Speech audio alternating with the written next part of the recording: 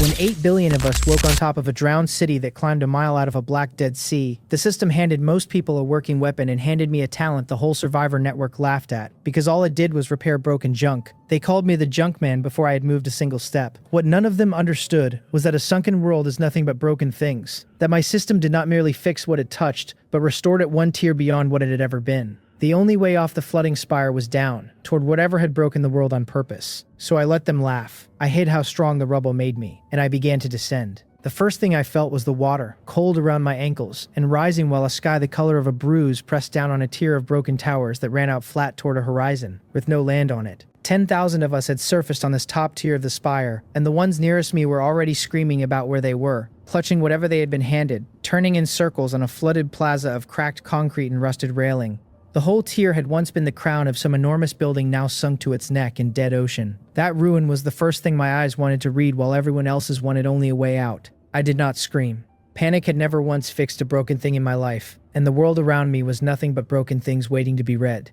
The drowned spire net opened over the inside of my vision before I had taken a full breath, and it told me the rules in a voice that had no person behind it, only the flat certainty of a thing that had done this many times before. Every cycle the spire would flood higher. It said, so I would descend through its interior layers or I would drown with the surface. And I was to appraise before I touched anything, because the deeper layers held salvage that could kill a careless hand before it ever closed. A population counter hung at the top corner of everything I looked at, and it read 10,000 on this tier and 8 billion across the whole spire. As I watched it, the 8 billion ticked down by 100, then 100 more. The dead were already starting somewhere below me. My starter kit weighed almost nothing. I understood that the moment I looked at the two things I had been given. The first was a single rusted multi-tool, a folding thing of pitted steel that a previous owner had clearly drowned and abandoned, and the second was the Menforge system itself, which surfaced its own description across my sight when I focused on it. At the engine of it sat a talent called Restore, which would repair any broken object, structure, or dead creature, returning that thing not to working order but to one tier above the best it had ever been. A second talent rode alongside it, the Appraisal Eye, which would read the true history, danger, and weak point of anything before my hand ever met it, and which, the system noted in a line it gave no special weight to, concealed my own stats from the appraisal of every other survivor on the spire. I had read perhaps half of it when the net decided what I was, because the public layer let any survivor appraise any other in plain view, and someone near me had appraised my kit and laughed loud enough that the laugh spread before I could close the description.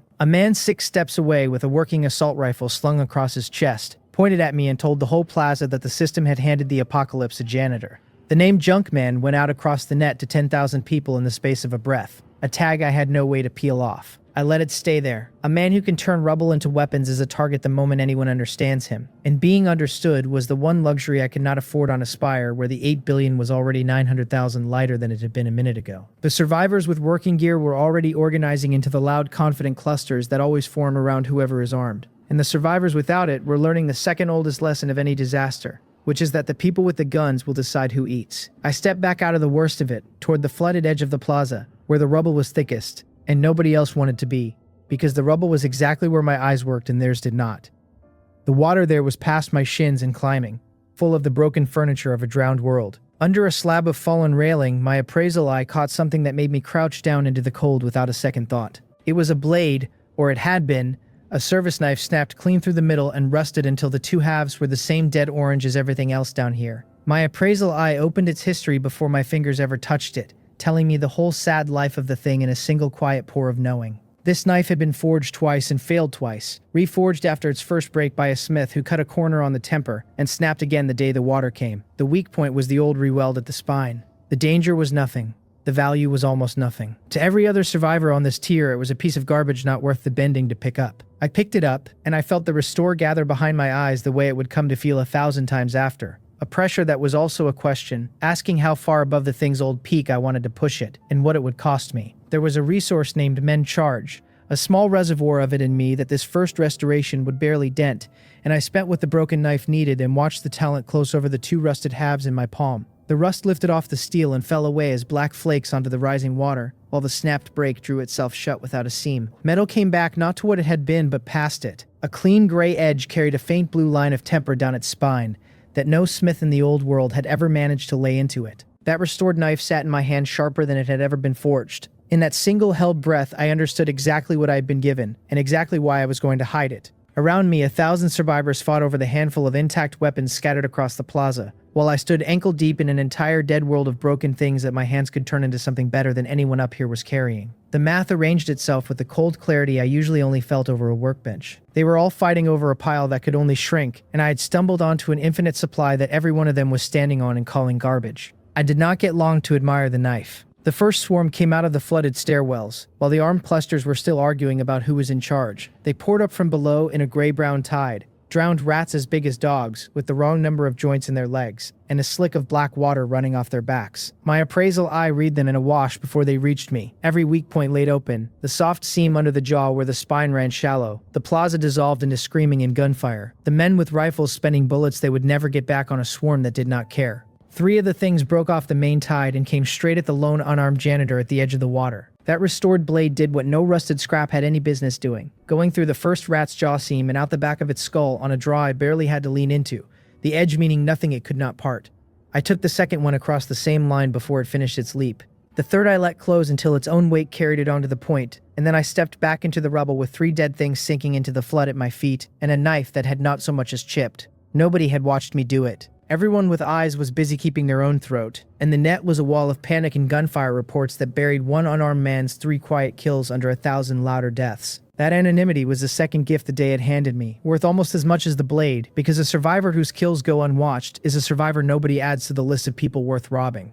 I crouched in the wreckage while the swarm thinned, and read the net the way I would come to read it every cycle after. Not for the panic everyone else was drowning in, but for the shape of the thing underneath. The prices and the boasts surfaced first, and under them ran the slow, cruel sorting of 10,000 strangers, into the ones who would take and the ones who would be taken. Up on the dry stone, the armed clusters were already trading threats over the corpses, the men with the most working guns claiming the high ground and the right to tax whoever wanted to stand on it. On the trade channel, survivors were posting their first desperate offers, the ones who had understood within the hour that the system had not handed them a fair start. I marked the loudest of the armed men, filed the choke points of the flooding plaza, and let the wreckage tell me which of its drowned bones would answer my hands first when I had the charge to spend. A man who plans while others panic is a man still alive when the panic runs out. Once the swarm was spent, I cleaned the blade on my own sleeve and folded it away while the armed clusters were still burning ammunition on the last of the swarm. I let the net go on calling me the junk man, because the name was the best armor I had been handed all day. The population counter had fallen by another 40,000 while the rats came through, and I stood at the flooded edge of the tier doing the only thing I trusted myself to do, which was watch, count, and read. Water that had been at my shins when I woke was now past my knees, climbing the rubble faster than my eyes wanted to believe. I pulled up the net's own posting of the flood schedule and held that number against what the rising line was actually doing on the concrete in front of me. The two did not agree. Water was coming up faster than the system had promised, and I was the only one on the tier who had stopped screaming long enough to notice it. I had moved maybe 20 steps along the flooded edge, salvaging what my eyes told me was worth the wait, when a woman in a salvager's harness stopped in front of me and looked at the place on my belt, where the folded knife rode. She was oil-stained to the elbow on the one arm she still had, and the other ended in a blunt wrist where a prosthetic should have been, the kind of clean loss that comes from a thing being torn off rather than cut. What she told me was that she had heard the blade come off the rubble. Broken metal does not sing when it parts a skull, and that one had sung, and she wanted to know what a janitor had done to a piece of garbage to make it cut like that. I gave her the answer that cost me nothing, which was that I had gotten lucky with a sharp scrap, and she answered flatly that she raided salvage for a living and had never once gotten lucky with a snapped service knife. Her name was Han Soyeon, she said, and before the transport she had been a salvage engineer who could tell the grade of a steel by the sound it made when it failed, which was how she knew the thing on my belt had failed, and then become something that did not fail at all.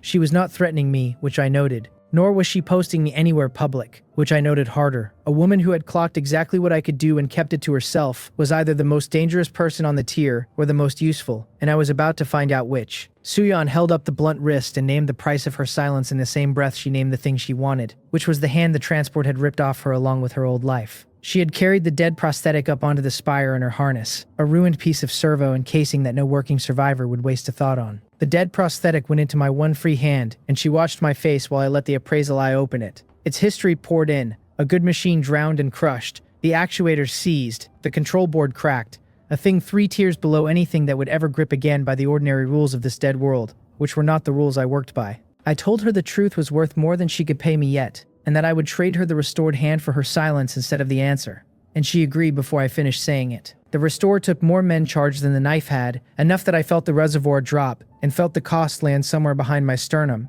and I spent it watching the dead prosthetic remake itself in my palm. A cracked board sealed while the seized actuators came loose and then came back tighter than they had ever moved, and the casing closed over a hand that was not the one she had lost, but a tier above it, quicker, stronger, reading nerve signal cleaner than the old one ever had. She socketed it onto her wrist and flexed it, and the fingers closed with a precision that made her go very still. Then, quietly, she told me that this was better than the hand she was born with. She did not thank me, which I respected, because thanks are cheap and she paid in something that was not. Suyeon told me she would say nothing to anyone about what I was, that she would find me rubble worth restoring faster than I could find it myself, and that she expected a cut of whatever the two of us pulled out of this drowning world. I agreed to fair shares and steep terms for anyone who was not her. We shook on it with the hand I had just built, and that was how I gained the first person on the spire who knew what I was, and the first I did not have to hide from. The two of us worked the dying top tier together while the rest of the survivors burned through their advantages around us.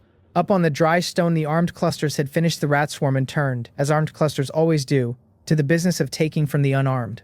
A hierarchy was forming on the plaza in real time, the men with rifles taxing the men without them for the right to stand on flooding concrete. Suyeon and I stayed at the rubble edge where nobody with a gun saw any profit.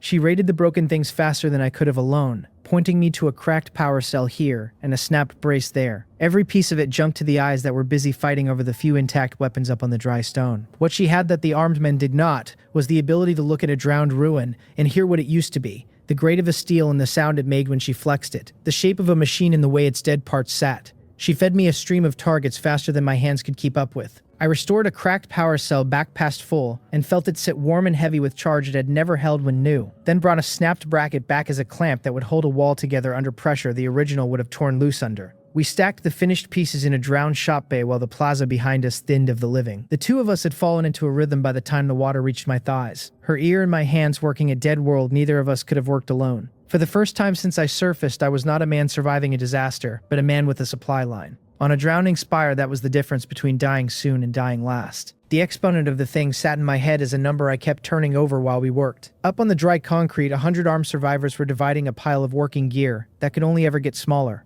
Every shot they fired and every kit they broke, subtracting from a total nothing on this dead spire would ever add to. Down in the water where Suyeon and I crouched, the supply did not shrink, because the supply was the ruin itself. The entire drowned world of snapped, rusted, crushed things that my hands turned a tier above knew, while every armed man on the tier walked past it, calling it trash. They were fighting over what was running out. I was standing waist deep in what would never run out, and the only thing keeping that truth from getting me killed was that not one of them could see it. The flood settled the question of how long we had to enjoy the arrangement, because the water came up a full cycle early. A schedule had been posted on the net, a promise that the surface would hold until the next mark before it climbed again, and the surface broke that promise by a hand's width, and then another while I watched the line crawl up the rubble. The population counter answered it before the survivors did, the 8 billion shedding numbers faster than it had all day, as the deep layers drowned the careless. Panic came up through the net as a solid wall. 10,000 people on this tier alone realized at once that the floor they stood on was about to be the sea. Suyeon read it off my face before I said anything, and she pointed out that there was exactly one way off a tier that was going under, which was the descent shaft, and that the descent shaft was already a problem. A man named Castle Dorn had reached it first, she said, with enough working guns behind him to make the only door off a drowning floor into a toll booth, and Dorn had already posted his rate for everyone to read while they realized they had no choice but to pay it. Most survivors would pay in working gear, the rifles and kits that bought a place in the new hierarchy, and a few would pay in worse than that.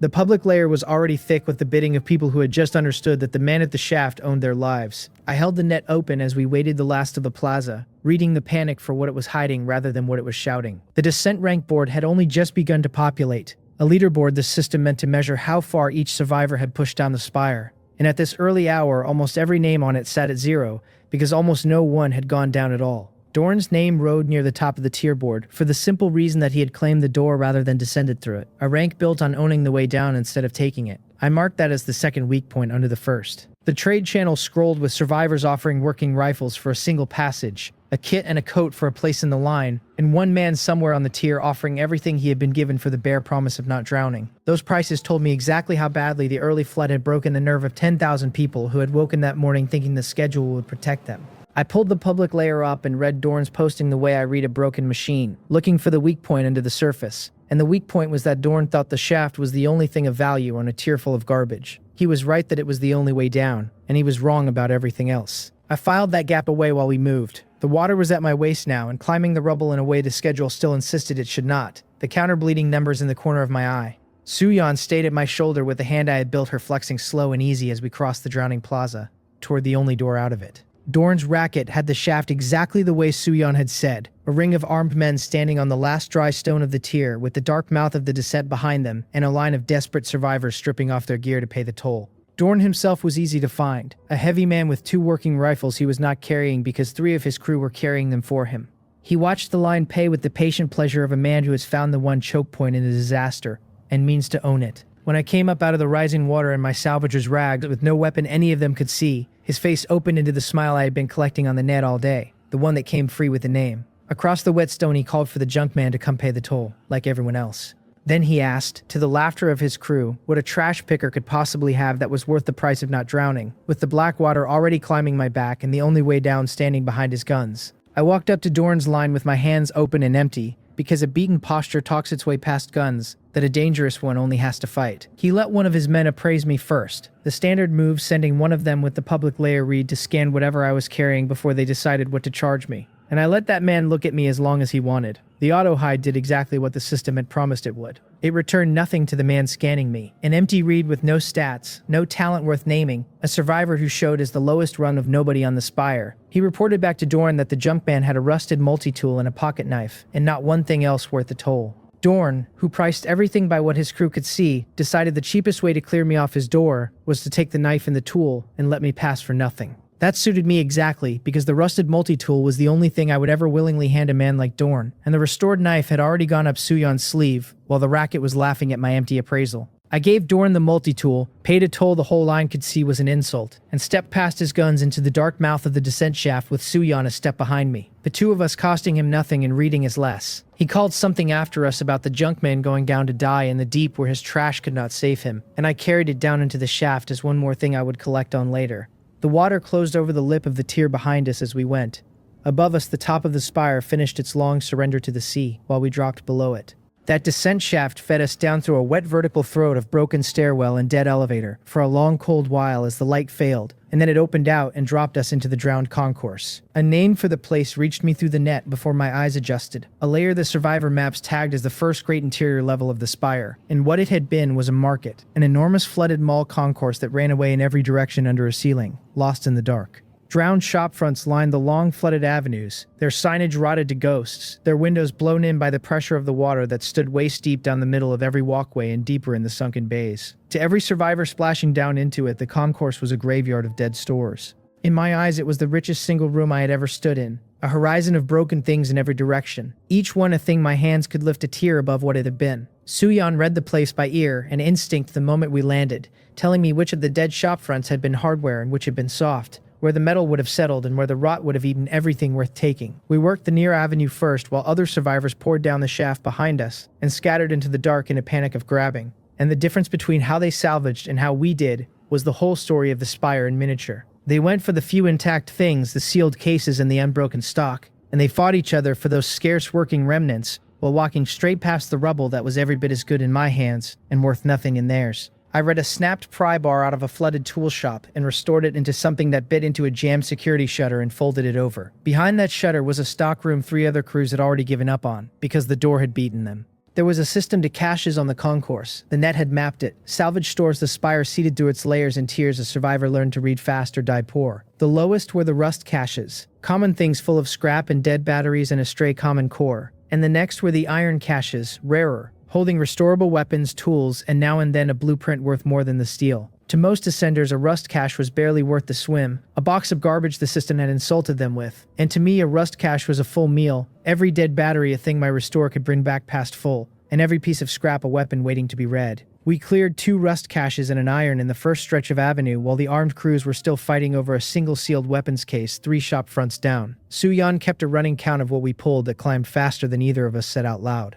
The concourse, it turned out, was already Dorn's the way the shaft had been his, because whoever owns the only door owns everything that walks through it. His racket had come down ahead of the flood with the working guns to enforce it, and his crew taxed every salvager on the layer the same way they had taxed the line above. A cut of every hall for the right to keep breathing while you took it. They were working the avenues in armed pairs, stopping survivors who had pulled anything worth taking, and Dorn's posting of the new rate went up the same hour we landed. He had never connected the harmless trash picker he fleeced upstairs to the salvager quietly clearing caches 3 avenues over.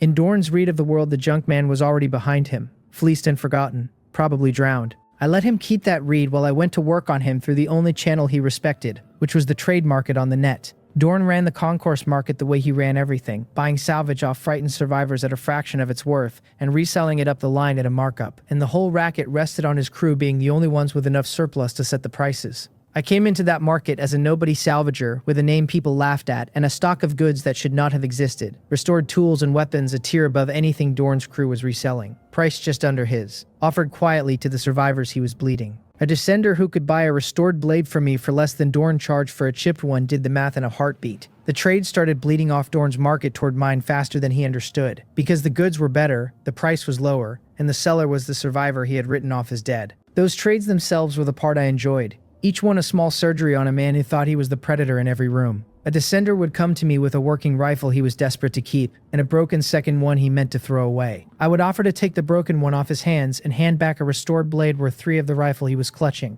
and he would walk away certain he had fleeced the simple junk man out of a treasure. He had given me garbage and a thanks for taking it, and I had given him something a tier above what Dorn sold at 4 times the price. Both of us left the trade convinced we had won, except only one of us was right. I built my stock that way all through the layer, taking the broken things survivors were ashamed to be seen carrying, and returning gear good enough that they started seeking me out. Every one of those trades widened the gap between what I could offer and what Dorn could, and each cost me nothing but charge I would regenerate by the next cycle.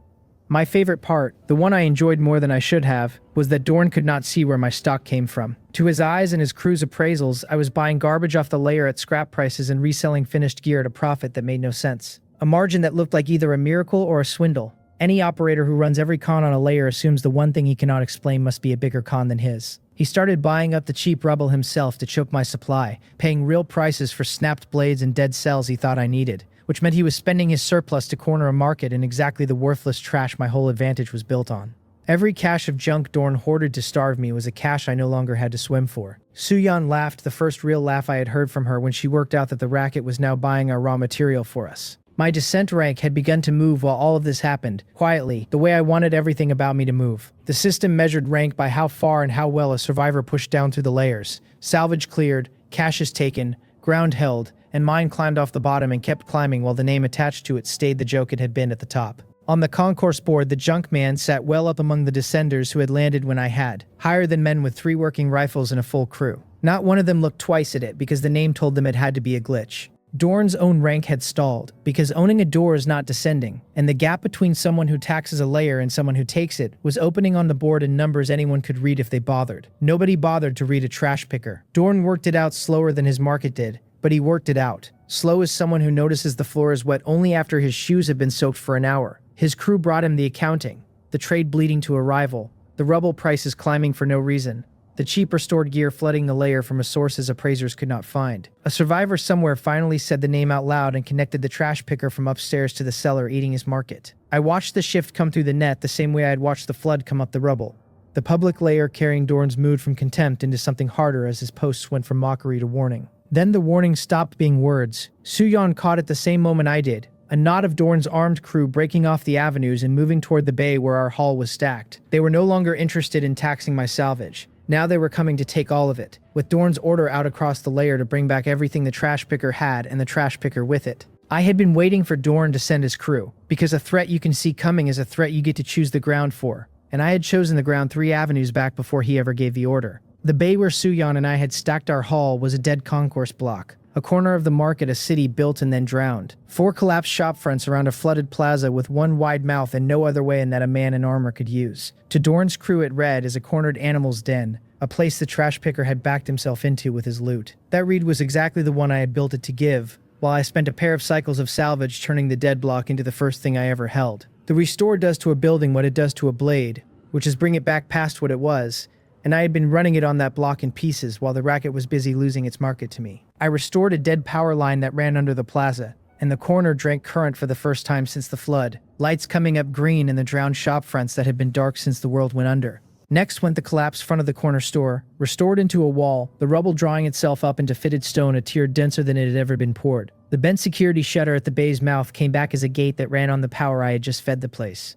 All of it cost real men charge, the reservoir running low enough that I felt the floor of it, and I spent the last of it on the things that mattered most, which were the traps. Every survivor on the concourse who walked past a snapped pressure plate or a burnt alarm relay saw garbage, and my appraisal eye saw a working defense grid waiting to be brought back a tier above what the mall had ever protected itself with. I salvaged the bones of the old store's security out of the rubble and restored the pressure plates under the plaza's standing water, where no one could see them. The restored relays wired into the gate and the lights, so that the dead block was not a den at all but a machine that knew the moment anyone stepped wrong inside it. Suyeon walked the finished bay and went quiet as she had gone over the hand. She told me she had spent her whole career raiding other people's strongholds, and had never raided one built out of the exact trash everyone else swam past, by a man the whole layer still called a janitor. Dorn's crew came in the wide mouth of the bay confident, 8 of them with working rifles and the easy posture of men who had never once been the ones outgunned. They came for a trash picker and his stacked loot, and they did not appraise the bay on the way in because nothing in their world was worth appraising about a drowned concourse corner. That was the whole of the trap.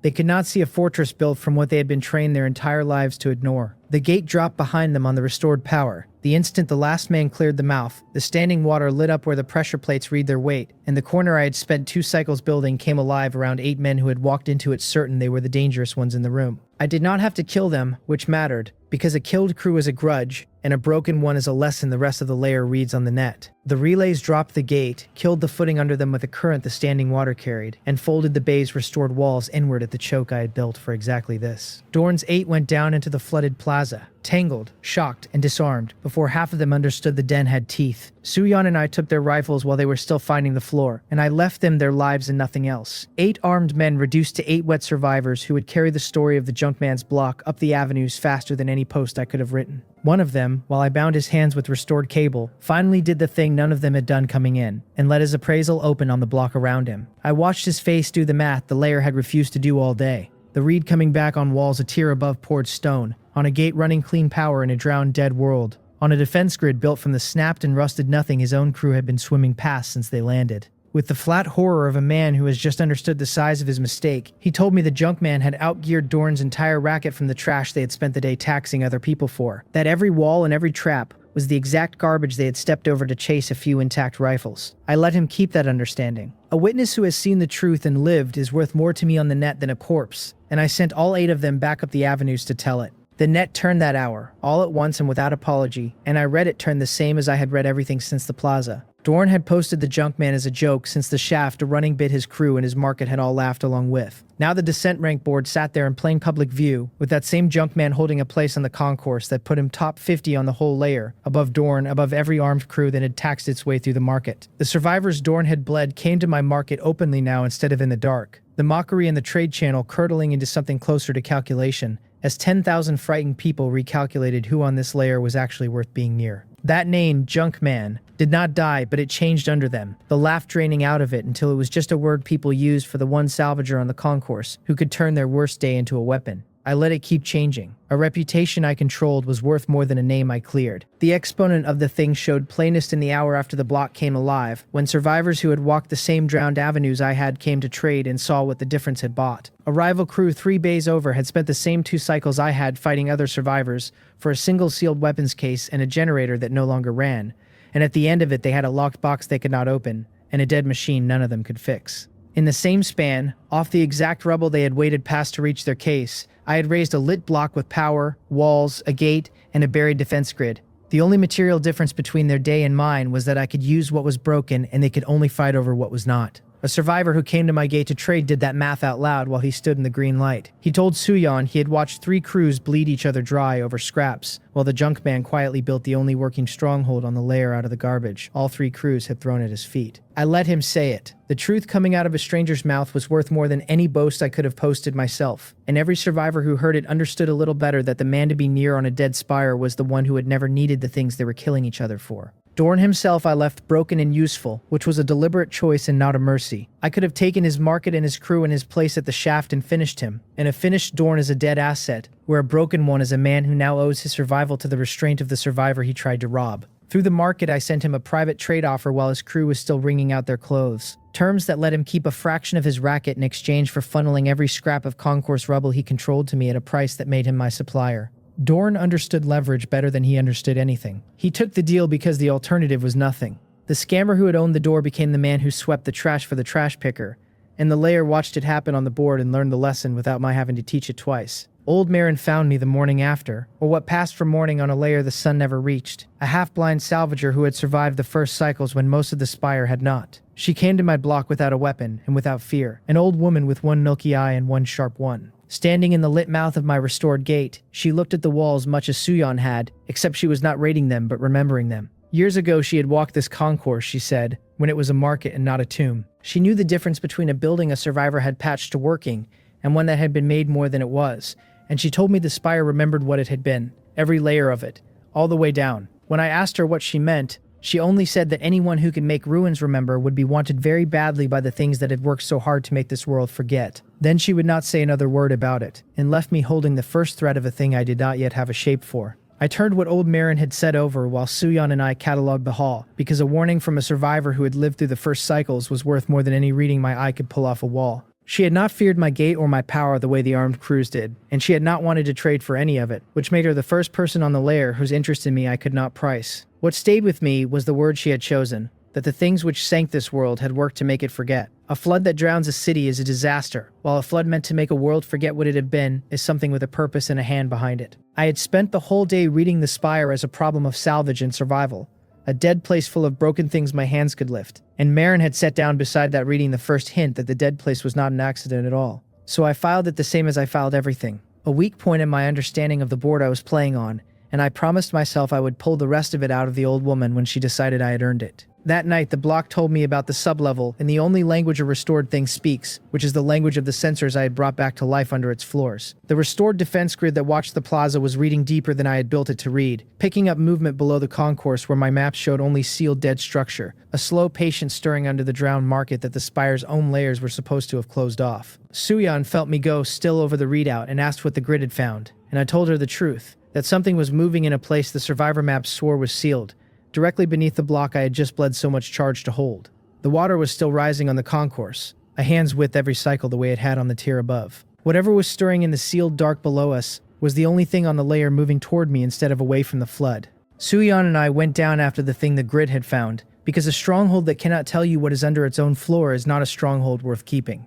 The sealed sublevel sat below the market, where the survivor map showed only closed dead structure, and the only way to reach it was a maintenance throat behind the drowned shop fronts that the flood had not yet filled. A black wet shaft my restored grid had red movement at the bottom of. We went down it together, Suyon with the restored cutting torch I had built her and the breather it fed, me with the blade and my reed opened the whole descent, working the black for danger before it could find us. Suyon had argued for leaving the sublevel sealed and holding the block until the flood forced our hand. I told her the truth that changed her mind, that a threat you choose to meet is a threat you fight on your own ground, while a threat you wait for is one that picks the moment you are weakest. She had been a salvage engineer long enough to know the cost of ignoring a reading, and she came down the throat behind me without another word of argument, the restored hand finding holds in the whetstone that her old one never could have closed on. Going down below my own stronghold was the first time since the plaza that I felt the size of what the descent actually was. It was not a single drop down a single shaft, but a whole spire of them, each layer hiding a worse one under it, all the way to whatever waited at the root. The sublevel opened into a flooded service hollow under the market, low, close, older than the market above it, the bones of the spire showing through where the newer construction stopped. My appraisal eye worked the place over before my feet had settled, and what it found was not a creature at all but a structure, a sealed descent shaft built into the bedrock of it, and capped a long time ago by something that did not want it opened. The history poured into me off the rusted metal. It told me where the shaft went, down past the market into a layer the maps named the transit tombs, a drowned web of collapsed transit tunnels deeper, older, far worse than anything I had walked yet. That movement the grid had read was the seal itself failing, a slow patient working of the cap as the rising water pressed it from below, and I understood standing there that the rising water was not only climbing the spire but feeding up through its roots. Suyon ran her restored hand along the old cap and told me what her ear told her, that the seal had held for longer than either of us had been alive and was a season from giving way, and that whatever was on the other side of it was old enough to have been sealed away on purpose. We did not open it yet. There was a thing in the hollow my eyes had already marked, a cache the system had buried down here a tier above anything I had touched on the concourse, and a man does not walk past a locked reward to go open a worse door first. The cache read as brass on the system's ladder, 2 tiers above the rust and iron stores I had been clearing all day, and brass was where salvage stopped being scrap and started being the thing that changed what a survivor could do. My appraisal eye opened it before I cracked the lid, so I knew the contents before my hands confirmed them. Inside sat the first real upgrade this dead world had ever offered me. There was a schematic, a restorable plan for a defense, construct a vanished world had built, and the rising water had killed, A warframe I could raise off the rubble of my own block once I had the charge for it. My read of it walked me through what the construct had been before its death, a sentry platform that had guarded this service hollow against the very kind of intrusion my grid had read, and it told me that restored a tier above its peak the thing would answer to no one but the hand that brought it back. Better than the schematic were the cores, 3 of them. Rare salvaged cores of the grade the system needed for the deep restorations I had not yet been able to afford. Each core read in my sight as a small dense knot of the old world's power, the kind of thing the survivor maps marked in red and warned descenders not to die reaching for. I held all 3 in my palm at once while Suyon counted them off and went quiet at the number. All day I had felt the ceiling of my own resource, the men charge that capped how much I could lift per cycle and forced me to choose what to restore and what to leave drowned. The cores were the answer to that ceiling, the thing the system used to raise the cap itself, and when I fed the first of the 3 to the men forge, I felt the reservoir behind my sternum deepen, the floor of it dropping to make room for restorations I had not been strong enough to attempt an hour before. Suyon watched my face change as the cap rose and asked what I had just become, and I told her the truth this time, because she had earned it, that I had just stopped being a man who could fix a block and become one who could raise a holding no water could drown. She did not laugh, and she did not look afraid. All she asked was how soon we could put it to use, which was why she was the one person on the spire I trusted at my back. The rising sea made the decision for us before I had finished cataloging what the cache had given me. Water in the hollow was rising while we stood in it, climbing the failing seal from below, at the hand's width a cycle the spire never broke from. And the math of it was the same math that had driven us off the tier above, and would drive us off every layer in turn. Staying on the concourse meant drowning there, a cycle or 2 of holding my restored block against a rising sea that did not care how good my walls were. The only direction that had ever been anything but a trap on this spire was down. That sealed shaft in front of us was the way down, the single descent route off a layer the flood was already taking, and the seal that had held a generation was failing on its own schedule whether I opened it or not.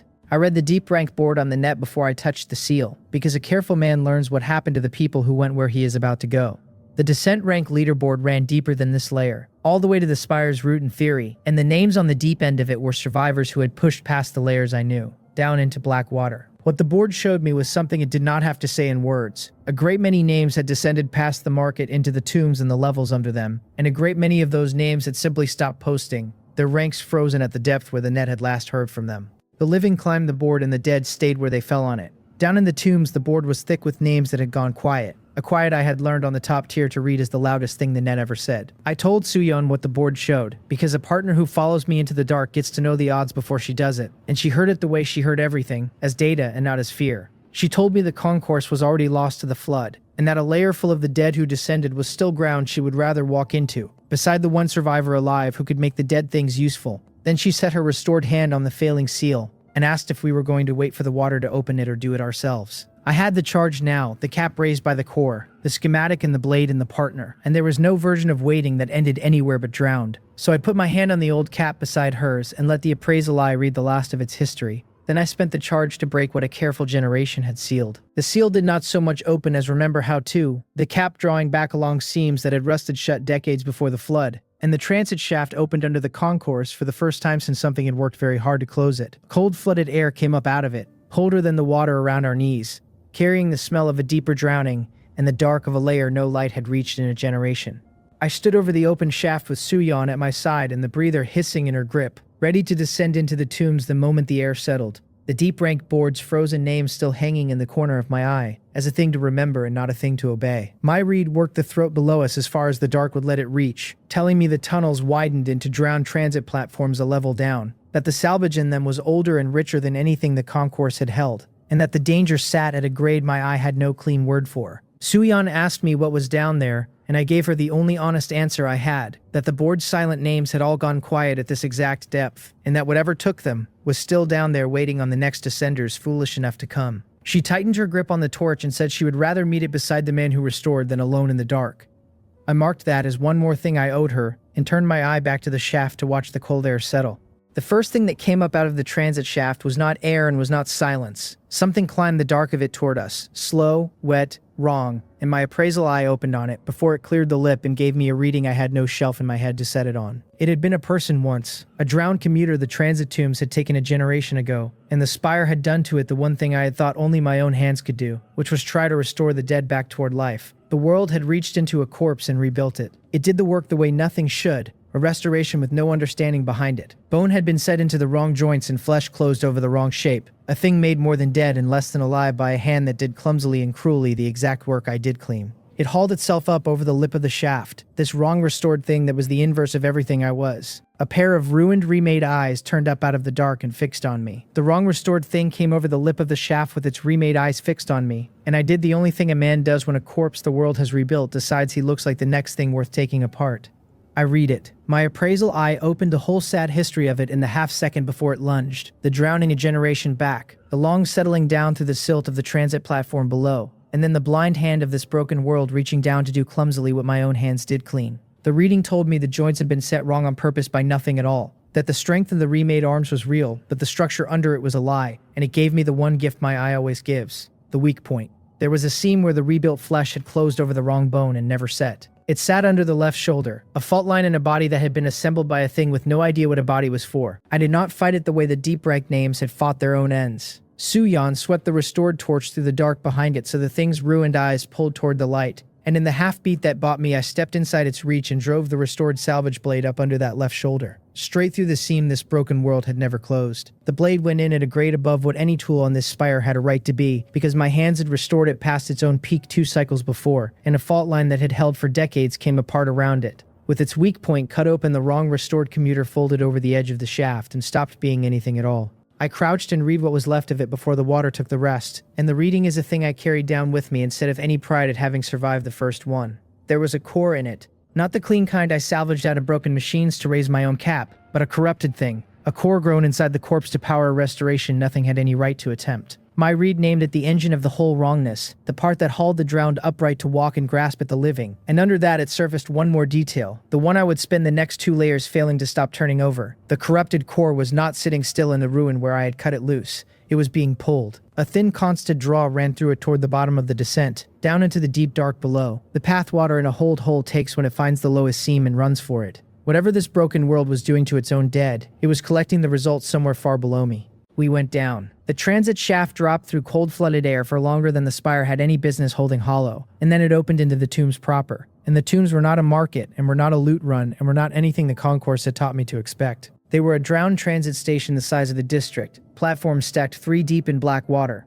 The old transit cars still sitting on their dead rails with the doors open the way they had stood open the morning the flood took them. The salvage in them was older and richer than anything above. My eye confirmed that on the first sweep, intact pre-flood machine cores, sealed cabling, and tools that had not corroded in the still cold. Frozen across the platforms were the things people had been carrying when the water came. A satchel still hung on a hook, a child's shoe wedged in a drain grate, a row of fare tokens fused into the lip of a turnstile by long years of cold. None of it touched since the morning of the drowning. A station built to move 10,000 people an hour had become a held breath, and somewhere under that held breath a hand kept reaching into the corpses to make them stand back up. And the dead were everywhere. They were not all standing yet, and most of the tombs drowned were still drowned, settled in the cars and across the platforms where the water had laid them down a generation back. A portion of them had been worked on the same blind way as the one that climbed the shaft, and those ones moved. My reed tagged each of them as I picked a path along the highest platform with Suyan at my back, and every tag came back the same: wrong restored, corrupted core, weak point at whatever seam had failed to close. Some had 2 arms set where no arms belonged, and one had been a transit guard once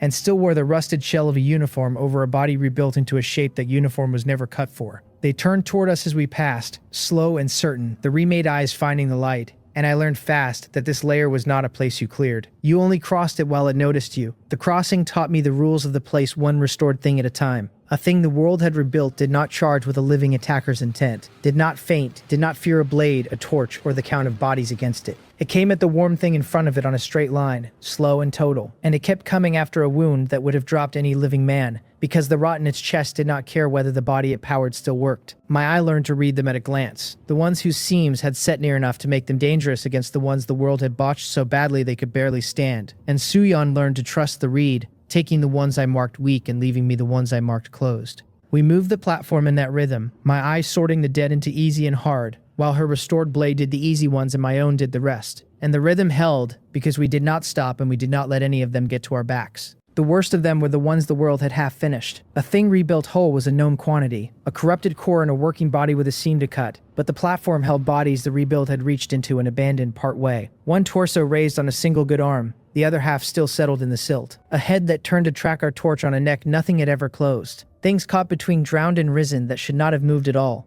and moved anyway. My eye read those as the same wrong restoration run partway installed, and the reading taught me what an engineer's log would later put into words, that the hand doing this work had no understanding behind it, only the blind reflex to make the dead stand again, whether or not standing was a thing the body could still do. I checked the net once we were down, because a careful man learns what the dark already knows before he asks it himself. The descent rank board ran deeper here than it had above, and the deep end of it was a graveyard of frozen names, survivors who had pushed past the concourse down through the tombs and the levels under them, then stopped posting at the exact depth my boots now stood on. A death counter ticked beside it while I read, a number the system kept of everyone the spire had taken since the wake, and the count moved faster at this depth than it had on any layer above. Beside the board, the survivor chat scrolled thin and ugly. Descenders warning descenders off this place. A handful of names trading the one piece of advice the deep layers ever agreed on. Never let the walking ones surround you, and never, under any circumstance, follow them when they walk away from you instead of toward you. I filed that last one because it would matter sooner than I wanted.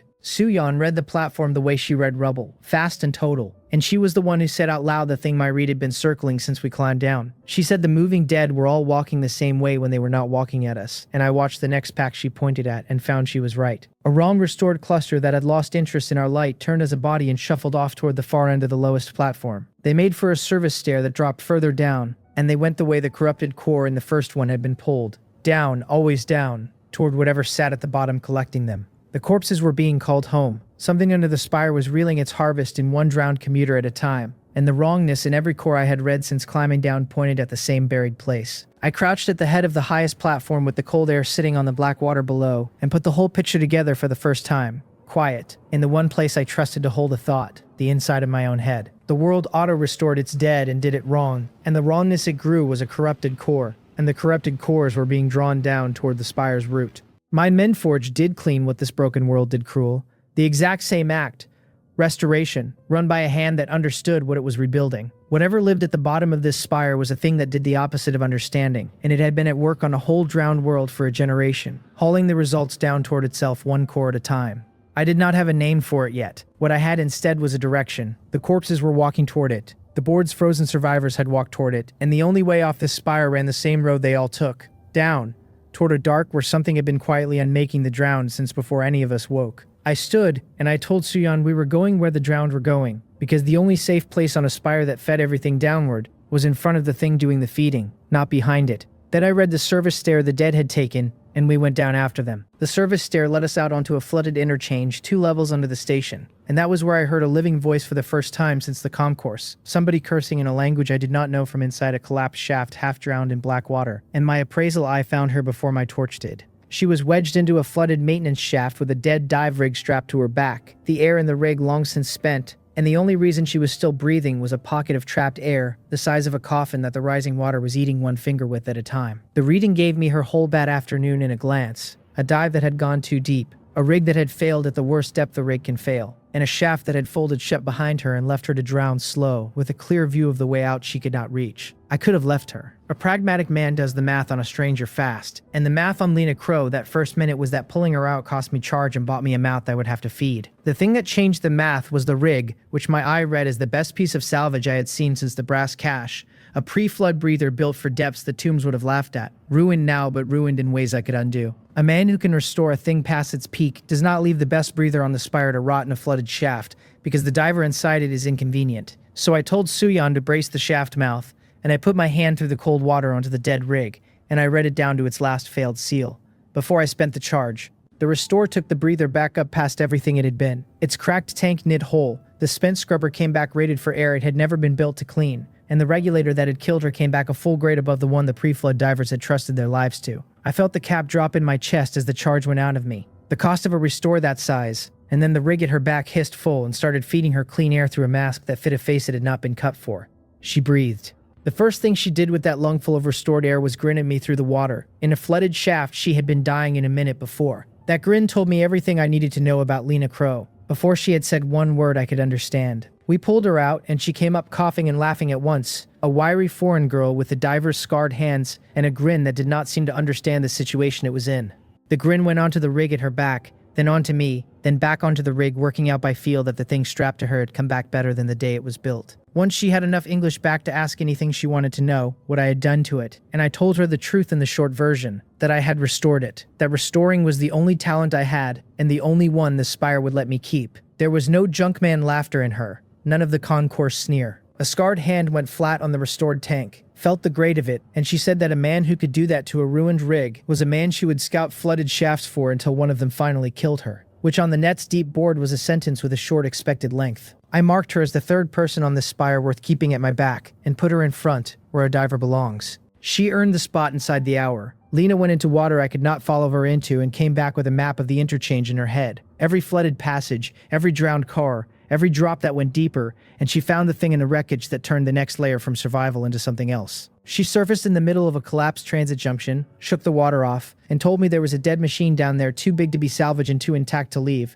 half buried under a fallen rail gantry where the flood had pinned it the day it died. I went down to read it myself, because some things you do not take on a scout's word, and what my eye opened on the bottom of that junction changed the shape of the descent for me. It was a transit war drone. The old city had built them to hold the transit lines in the last bad years before the flood. A squat armored thing on a ring of treads, with a cutting arm and a hardened core. It had been dead for a generation under the water that killed it, but dead in the specific manner machines die, which is to say nothing close to how a person dies. A machine that has stopped is just a machine waiting for someone to understand it. My appraisal eye read the war drone down to the last seized bearing and corroded line, and it told me 3 things. The drone was repairable, and a restorer would bring it back a grade above the day the city fielded it. And my Menforge held one more function I had carried since the wake without ever finding a worthy thing to spend it on. There was a bind in the Menforge that let me claim what I restored, bring a stalled machine back better than new and make it mine. I spent 2 cycles of charge on that drone and counted it the best trade I had made since the spire woke. The restore knit the seized treads loose and brought the cutting arm back to an edge,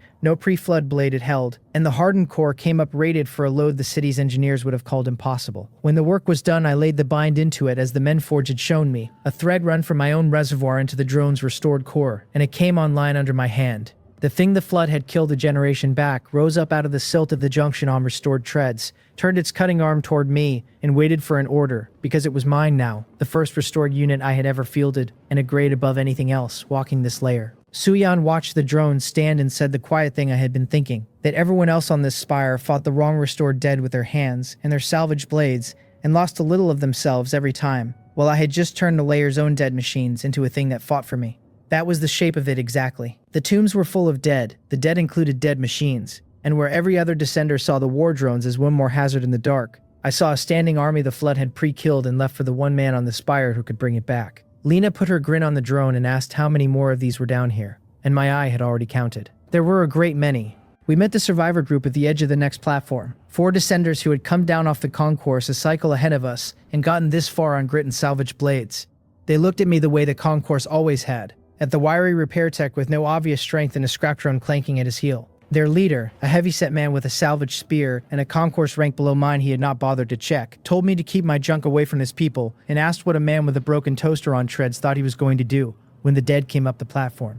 I did not answer him. The tombs answered him for me because the dead came up the platform while he was still talking. A wrong restored pack came over the lip of the lower platform, 6 of them, the worst kind. The ones that had stopped walking toward the bottom and turned back toward the warm living things on the upper deck. The survivor group set their salvaged spears and braced to lose someone, the bracing of 4 people who know that 6 things which do not feel pain are coming at them. I gave the drone one order. It went off the platform edge into the pack on its restored treads with the cutting arm leading. What a pre-flood war drone restored a grade past its peak does to 6 wrong restored corpses is not a fight so much as a sorting. The cutting arm finding the unset seam in each of them as my eye had taught it. 6 weak points opened in the time it took the heavy-set man to lower his useless spear. The pack went down. My drone rolled back to my heel with silt on its arm and waited for the next order that did not come, because there was no next thing to cut. One of his 4 had been on the net the whole approach, betting in the survivor chat on how fast the wrong restored pack would gut the junk man's scrap drone, and I caught the bet scroll past while my drone was still cleaning silt off its arm. The chat had given the toaster on treads about a 6 count before the pack tore it apart. It had taken the drone less than that to put the whole pack down. The better went quiet on the net the way men go quiet when the scrap they wagered against turns out to be the very thing that just saved their life. And the chat that had been laughing at the scrap drone started very carefully asking who the restorer was and whether he was taking on hands. After that, the heavy-set man did not call it a broken toaster again. He looked at the 6 wrong restored corpses his 4 spears had been ready to die against. All of them down and none of his people touched. Then he looked at the scrap drone at the junk man's heel, and he did the math the concourse had taught everyone too late. which is that you measure a restorer not by what he carries, but by what he can make of what is already dead. He asked, with a great deal less spear in his voice, whether we were heading down, and whether his four might walk where my drone walked. I told him the price of walking with me, because I always tell the price, and he paid it without arguing, which is the only kind of follower worth having on a spire that drowns the slow. We pushed on into a dead maintenance bay below the platform, the deepest dry room the interchange still had, and that was where Lena's scout light caught what turned the descent from a survival run into a question. A pre-flood terminal sat against the far wall, a maintenance station the transit authority had used to run this whole layer, dark for a generation, its screen a dead gray pane fogged with the cold. It should have been one more dead thing in a layer full of them, but when Lena's light crossed it the screen flickered, once, a dying twitch of charge in a machine that had been holding a single failing breath of power for longer than any of us had been alive, and a line of pre-flood text ghosted across the dead pane for half a second before the cold swallowed it again. My eye read the terminal before I touched it, and it was repairable. Whatever it had been built to record, it was still holding, down at the bottom of a dead battery, waiting for a hand that could bring it back. I put my palm flat on the cold pane and read it down to the last failed cell, and then I spent the charge to wake a machine that had something to say. The terminal woke under my hand a full grade above the day the authority had installed it, the dead gray pane coming up clear and bright in a maintenance bay that had not held a working light in a generation. It had been holding its last record the whole time, a drowned thing clutching its final breath, and when I gave it power again, it spent that record on the four of us in the cold. A maintenance log played across the restored pane, dated to the final days before the flood, an engineer recording the state of the layer for a city that would be underwater before anyone read it, and I had expected a fault report. What the dead engineer left behind was the first true thing I had heard about how this world ended. The log spoke of the unmakers. In a voice flattened by the exhaustion of recording a thing nobody would believe, the engineer set down that the sinking of Drownspire had not been a disaster, but a decision. Something the pre-flood city had called by that name had reached the spire and begun the deliberate work of taking it apart. Seals failed that no fault could explain, machines came undone in ways nowhere could account for, and the city's own dead refused to stay dead and rose wrong. A single word ran through every entry for what those things did, and the word was unmaking, the running of restoration in reverse, and he said it had a direction. Everything the unmakers touched went down, drawn toward the spire's root, toward a place under the city he did not have a name for. Then the log ended where the engineer ran out of either power or time, and the restored pane went quiet, and the bay held nothing but the four of us, the cold and a word none of us had wanted. Old Marin had followed us down, and I had known she was behind us since the service stair, the half-blind veteran salvager who had told me on the concourse that the spire remembers what it was, keeping a careful distance through the tombs, without once offering to walk in the light. She came into the bay while the log was still playing, and I watched her face for the whole of it, because you learn more from who flinches than from what plays. The corpses drew no flinch from her, for she had seen worse than corpses. What aged her gray on the spot was the single word, the unmaking, and her good eye fixed on the restored pane with the dread of someone who has spent a whole life hoping that word was only a story. When I asked her what she knew, she told me nothing, which from old Marin was the loudest answer she could have given. She turned her face away from the terminal and would not look at it again, and I filed her silence next to the engineer's word as two halves of a truth somebody had worked very hard to drown. There was a thing she did before she turned away that I kept. Her good eye went from the restored pane to my hands, the hands that had just woken a dead machine and pulled its last truth out of the cold. And the dread that had aged her gray was not all for the word on the screen. Some of it was for me. I had long since learned to read the moment someone stops seeing me as a useful stranger and starts seeing me as a thing that matters in a story they already know, and I read that moment cross old Marin's face plain as a posted rank. She had heard the unmaking named, and she had looked at the one survivor on the spire whose whole talent was the reverse of it, and she had put the two together watches before I would let myself finish the same thought out loud.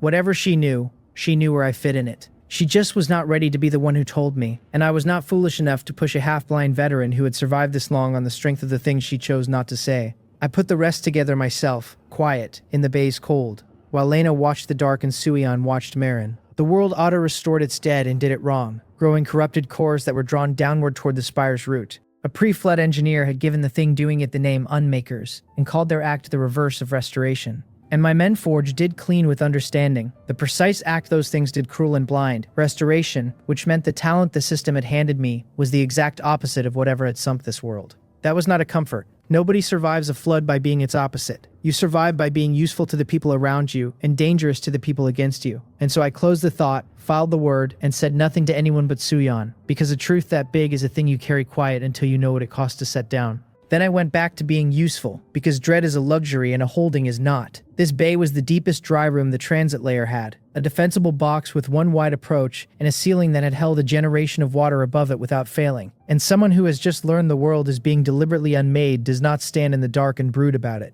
He builds walls. I spent the charge I had banked and ran a second stronghold restore in that bay, as I had raised the first on the concourse. The failed bulkhead doors came back a grade past their rated load, the cracked ceiling braces knit whole, and the bay's old power line and trap conduits woke under my hand. A dead maintenance station became a holding the rising water would have to work to take. The drone I set at the approach, and Lena I set in the water, scouting the ways down. And Suyeon ran the salvage line that fed the whole thing, the way she had run it above. I armed them out of the layer's own dead. The tombs were thick with salvage, richer than anything the concourse had held. Pre-flood gear the descenders above me had not had the talent to bring back, and I went through it with the cold focus of someone sorting a fortune left to no one. For Suyeon, I restored a transit guard's hardened vest back into something no flooding blade would open. Lena got a pre-flood cutting tool that took an edge her dive knife had never dreamed of. I salvaged cores out of 3 more dead machines to raise my cap another step, so the restores came faster and cost me less of myself each time. The refugees the heavyset man had brought got restored salvage too, because a holding is only as strong as the weakest hand in it, and whoever arms his people from the dead around them never runs short of arms. By the end of the watch, the bay was a transit stronghold, the second I had raised on the descent, and the people in it were carrying gear a grade above anything the layer above had ever fielded. I checked the net before I let myself rest, the way I always do, and the net was where the next thing found me. The descent rank board had moved me, because my clean restores in the tombs had registered on the system the way kills registered for everyone else, and the board now ranked me well inside the top 30 of the entire descent, a junkman sitting above swordsmen and brawlers who had killed their way down.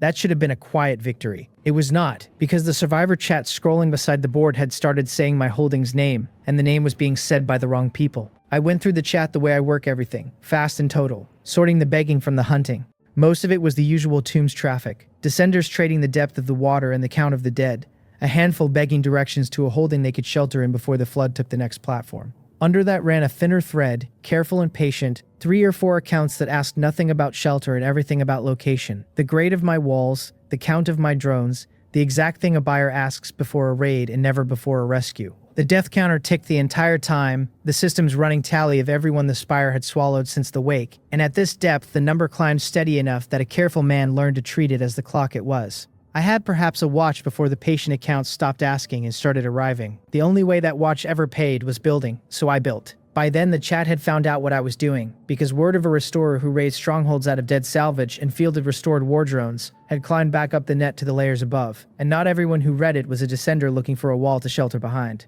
The intact gear trade on the upper layers ran on scarcity, on the simple pre-flood fact that working equipment could not be made anymore, and so could only be hoarded, and a man who could turn any dead thing into gear better than intact was not a curiosity to the people who held that monopoly. He was a threat to the price of everything they owned. I read the names in the chat that were asking, very politely, exactly where in the transit layer the restorer had built his holding, and I traced who those names answered to, and the answer was the one city-state on the spire with the most to lose from someone like me. Breinhold was coming. The net told me before any scout could, the descent rank board lighting up with a cluster of names moving down through the layers in formation, a sponsored force descending fast and direct toward the transit tombs, toward the exact coordinates the polite names in the chat had been fishing for. Breinhold held the largest cache of intact pre-flood gear on the spire, and built its whole power on the scarcity of it, and a restore economy that made their hoard worthless was a thing they would spend lives to strangle in the layer where it was born. They were not coming to descend. Their object was to seize the workshop, to take the man who threatened their monopoly before the monopoly stopped being worth holding, and the board's frozen name graveyard down in the deep was full of proof that nobody on this spire descended in tight formation toward a fixed point unless they meant to take it. I read the descending cluster down to the count and the kit, and then I stood up in my restored holding with that deep dread filed away, and a closer fight walking down the layers toward me. When Suyeon asked what the board was showing, I told her plain, that a Breinhold force was descending on us to take the holding and the restorer in it before the restore economy grew teeth, that they were moving in formation and would reach the transit bay within the watch. She did not ask whether we ran. Her questions were how many they were sending and how soon I could put the dead around us to work, the only ones that mattered. My bay had one wide approach, and I had a layer full of dead machines and a talent that turned other men's trash into a grade of war they had not learned to fear yet. The Breinhold force came up the wide approach in good order, 24 of them in matched gear, the kind of column a city sends when it expects the fight to be over before the enemy understands when it's started. They carried intact pre-flood weapons, the hoarded kind Breinhold built its whole power on, and they moved with the easy confidence of people who had never once met a wall they could not buy their way through. I watched them come from the restored bulkhead with Suyeon beside me, and I did not reach for a weapon, because the worst thing a man in my position can do is fight a war column the way it wants to be fought. Winning fights is not the talent I was handed. Reading them is, and then I let what I have built win them for me. My appraisal eye opened on the column the moment it cleared the approach, and it gave me every raider in it down to the seam. The lead breacher's intact shield had a hairline stress fault along its lower edge the Brinehold Smiths had never found. On the left, a marksman favored a bad knee that would fold the instant he had to move off his mark. 3 of the matched suits had been patched at the joint with salvage that did not match the rating of the plate, a weak point the wearers did not know they carried, and the captain at the back ran the whole column off a confidence that would crack the moment the easy fight stopped being easy. Being stronger than any of them was never the point. Knowing where each one broke was, and my eye had handed me 24 answers before the first of them set foot on my trap grid. Then the trap grid took the front rank, because I had restored the bay's old conduit floor a grade past what the transit authority ever ran through it. That lead breacher with the faulted shield stepped onto a plate I had woken back to life, and the restored conduit dumped a pre-flood charge through his intact gear. That intact gear had never been rated to shrug off, and he went down at the threshold without my people lifting a hand. The whole formation checked. That half-second of hesitation, the first crack in a confidence built on never being surprised, was the whole opening I needed, and I gave the order I had been holding. Soha took them from there, and that was the watch I learned what I had sheltering in my own holding. She had ridden down with the refugees, an ex-soldier who had lost her whole squad on an upper layer and gone quiet about it, and I had marked her as one more mouth until the attackers hit my approach, and something in her woke up. Without being asked, she put herself at the head of my restored drones and my armed refugees. Read the broken column in a glance, the way only someone who had held a line before could, and started giving orders that turned a holding full of frightened salvagers into a fighting line. I had built the walls. Soha made them fight. She set the war drone where the raiders would have to funnel, put the refugees with their restored gear behind the second bulkhead where their weak hands were covered, and held the whole shape of it in her head, while the Brinehold captain was still trying to understand why his easy raid had stopped moving. The column broke against a wall it had no shape for. Soha sent the bound war drone into the funnel, and the cutting arm found the salvage patch joints my eye had flagged. 3 matched suits opened at the exact seam their wearers had trusted, and the marksman with the bad knee folded the moment Soha forced him off his mark. Refugees the concourse had written off held the second bulkhead with restored gear a grade above anything Brinehold carried, and every place the raiders pushed, they found a wall that pushed back harder than walls have any right to. Their captain spent his confidence in the manner of a hold hull losing its air, fast and all at once, and within the watch the matched column sent to take my workshop was a knot of broken raiders trying to get back up the approach they had walked down so easily. Bake Naeun kept us whole through the worst of it. She was a medic and a chem salvager, another of the refugees I had armed without knowing what I had, and when the first of my people went down under an intact Brinehold blade, she was already there with a kit of restored medicine that worked a full grade above anything the pre-flood pharmacies had bottled. I had restored a case of drowned medical salvage 2 watches before without thinking past the value of it, and Naeun turned that case into the reason the line did not bleed out. She moved through the holding under the fighting, pulled the wounded behind the bulkhead, and put them back together with restored compounds that closed wounds the raiders had opened to kill. By the end, she had not lost one of mine, and a holding that loses no one is a holding that wins twice, because every hand she saved was a hand still holding a wall. I learned both of them in that one watch, which is the only way you ever truly learn anyone, by what they do when the wall is being tested. Soa had spent the time since the wake making herself small, a woman who had watched her squad die on an upper layer and decided the safest thing left was to be no one worth following. The raid burned that off her in a few breaths. She read my restored funnel and my bound drone and my frightened refugees, and she made them into a defense that held, and when it was over she did not ask for thanks or a share, only for whatever gear I could spare so she would be ready the next time a wall of mine was tested. Naeun was the opposite kind of quiet, a chem salvager who had kept her head down because a medic who looks useful gets hoarded by every faction on the spire. She showed me her real worth by spending it, working under the fighting where the credit went to the people holding the line, and asking afterward only whether I would keep restoring the salvage that let her keep my people breathing. I told both of them the same thing I'd tell anyone who proves out, that they had a place at my back for as long as they wanted it, and I meant it. A man who builds his strength out of dead salvage learns fast that living people who prove themselves are the one thing he cannot restore, and the one thing worth more than any core. Then came the part the concourse would never have believed. The part I had been building toward since I first walked the tombs. As the column broke, I had my people strip the downed raiders, and what we stripped off them was the same intact Brinehold gear they had carried in to kill us with. Hoarded equipment a whole city-state had built its power on, and I restored it where it lay. The intact shields and matched suits and pre-flood blades that Brinehold treated as the height of what a survivor could own came back under my hand a full grade above what they had been, and I put them into the hands of the exact refugees Brinehold's raiders had stepped over as worthless an hour before. My people armed themselves from the bodies of the men who had marched in to take their walls, and every weapon got better in the taking. The net caught it before I had finished the work, and survivor chat that had spent the watch betting on how fast Brinehold would crush the Junkman's scrap holding went quiet, then ugly, then turned, in the manner the net always turns once the thing everyone was sure of stops being true. Descenders who had laughed at a restorer holding a bay against the city's column were now asking, very fast, whether the holding was taking shelter cases, whether the man who outgeared Breinhold from Breinhold's own trash had room for a few more hands. The descent rank board moved me again while I read, the clean defense registering on the system as hard as a kill did for everyone else, and a junkman the upper layers had written off 2 watches before sat ranked above the very city-state that had sent 24 matched fighters to erase him. I let the chat say it for me, because a man who brags loses the next trade,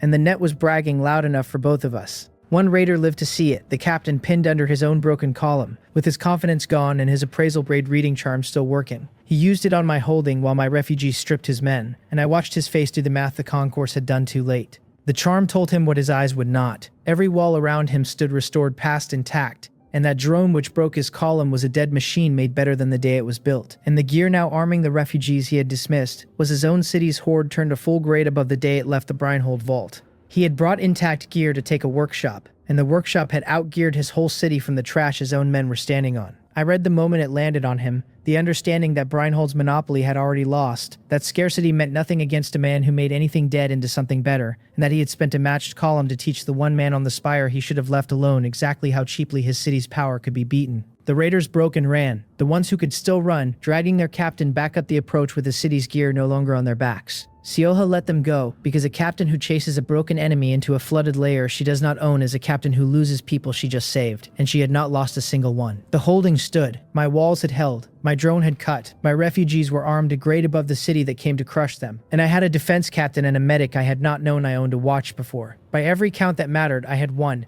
cleanly and completely, and that was the exact thing that made me uneasy. It had been too easy. I stood in my held bay with the broken column running and the spoils piling up, and the longer I looked at the fight the less it sat right, so I went back over it the only way I trust, with my appraisal eye. The whole engagement read out again under it, the kit they had carried, the order they had come in, the way they had spent themselves, and the reading came back with the wrong shape. A city that hoarded intact gear to crush a threat sends its best to make sure the threat dies. This column had marched in good order, and matched kit, but my eye read no apex fighters in it, no city killers. Nothing Breinhold could not stand to lose. They had pushed hard enough to look real and folded fast enough to cost the city almost nothing, and a force that fights to resemble a raid without ever trying to win. One is not a raid at all. It is a distraction. Somewhere, while I spent a watch winning a fight Breinhold had been willing to lose, the thing the fight was meant to hide had been getting its real work done. The net told me what the Feint had bought before any scout could reach me. Its death counter, the system's running tally of everyone the spire had swallowed, spiked while I stood in my held bay reading the broken column. And it did not spike the way it spiked when one descender met one bad end. It jumped the way it jumps when a layer drowns all at once, the count climbing in a hard run that meant a drowning was taking people somewhere by the dozen, and the survivor chat went from mocking Breinhold to a single rising panic about the transit seals. Somebody had opened them. While I won a fight a city was willing to lose, somebody had walked behind it and opened the flood seals on the whole layer. They had done it, the flood-worshipping cult the Deep Board whispered about, the descenders who did not fight the drowning but served it. And they had used the Breinhold raid for cover, a fire set to pull every eye one way while the real theft went the other. My appraisal eye read the bay's seals the instant the counter jumped, and the reading turned my held holding into a trap with the lid coming down.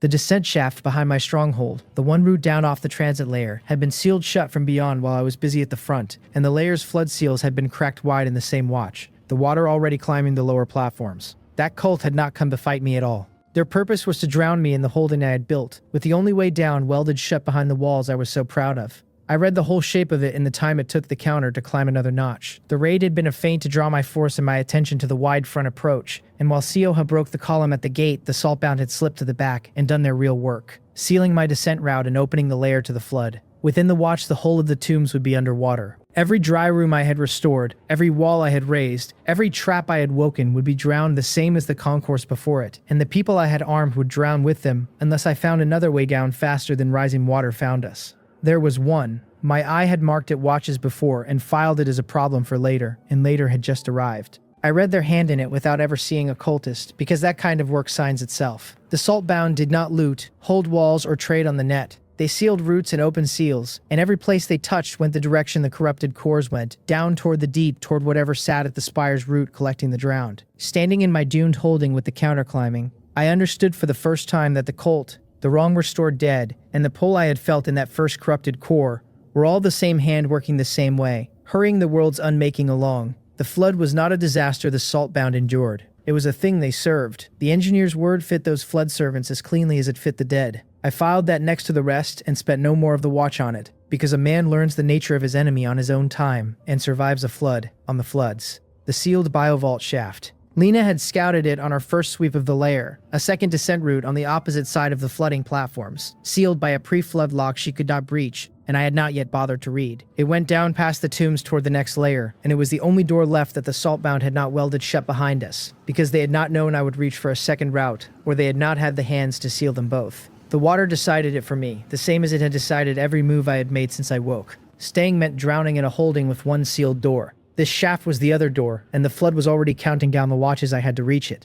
I gave the orders the way I give them, fast and total, with no time spent on the part of me that did not want to abandon a holding I had bled to build. Seoha got the column moving. My people and the refugees and the gear we could carry formed up behind the restored war drone and driving for the far platforms before the water reached the second bulkhead. Nayoon took the wounded and the weak hands into the center of the move where the strong gear covered them. Lena went ahead into the climbing water to hold the route to the vault open, scouting a path through flooding platforms that were filling faster than I had watches to cross them. And Suyeon ran beside me with the salvage that mattered, the cores and the charge I would need at the bottom, since reaching the next door with nothing left to open it only changes where a man drowns. We did not walk to the vault. Walking was for people the water had not already caught, so we drove. I had restored the transit cars on the dead rails 2 watches before, without a clear use for them, the old drowned cars that had sat with their doors open ever since the morning of the drowning. Now I spent the last of my banked charge bringing the nearest line of them up past their peak. Motors that had not turned in a generation waking under my hand on rails I restored a span at a time ahead of us. My people loaded onto restored transit cars while the sea climbed the platform behind them, and the line pulled out of my drowning stronghold on its own restored power, driving along the dead rails toward the far side of the tombs, with the rising water at the back wheels. The holding I had built went under in our wake. I did not look back at it,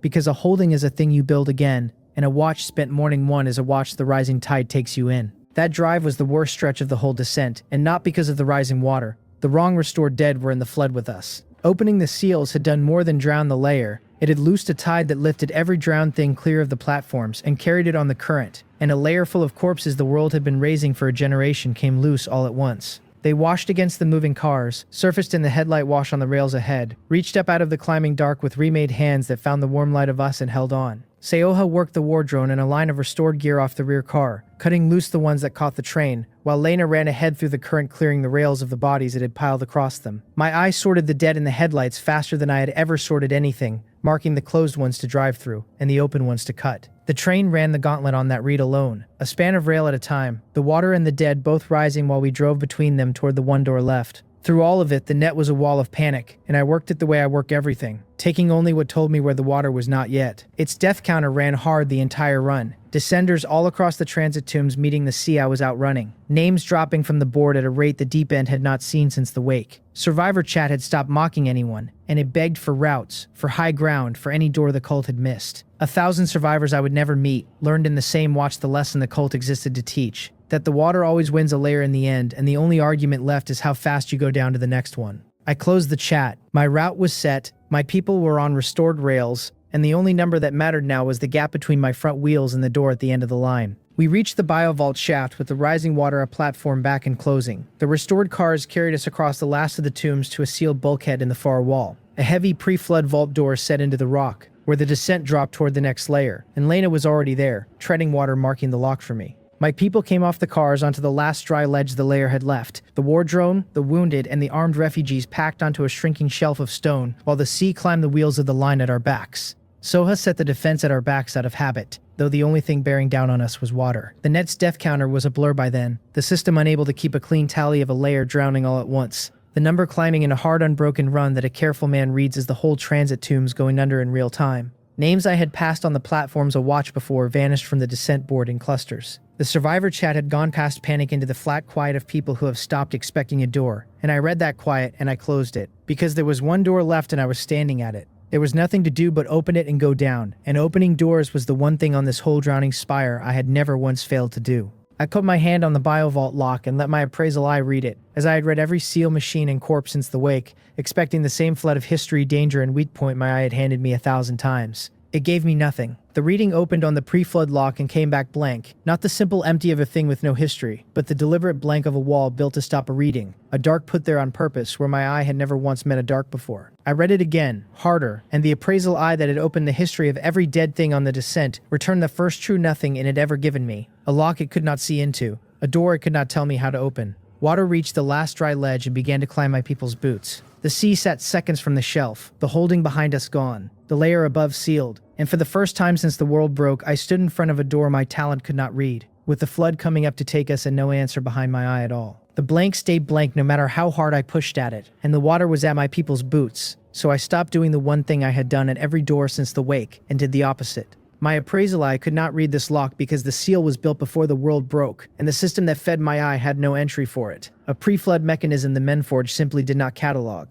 And what the system cannot name is what the system cannot show me. I had been trying to read a door I was never meant to read. So I quit reading it and put my hand flat against the stalled mechanism instead, reached past the blank into the only thing about that lock my talent had ever truly understood, which was that it sat broken, and I let the restore find the break as it found every break, by touch and not by sight. The Menforge did not need a thing's history to know it was dead. That was the whole shape of what the system had handed me, an engine that worked on the fact of a break, and not on the story of it. And the mechanism was as broken as anything I had ever touched, a seized pre-flood throw that had not turned since the morning of the drowning. I poured charge into it blind, restoring a thing I could not see the inside of, trusting the engine to find the dead bearings and corroded throws my reading refused to show me. The lock came back under my hand a grade above the day the dead city had set it, every seized part loosening at once, the heavy throws driving home and then driving open on restored power. That blank swung wide. I had opened a door I could not read.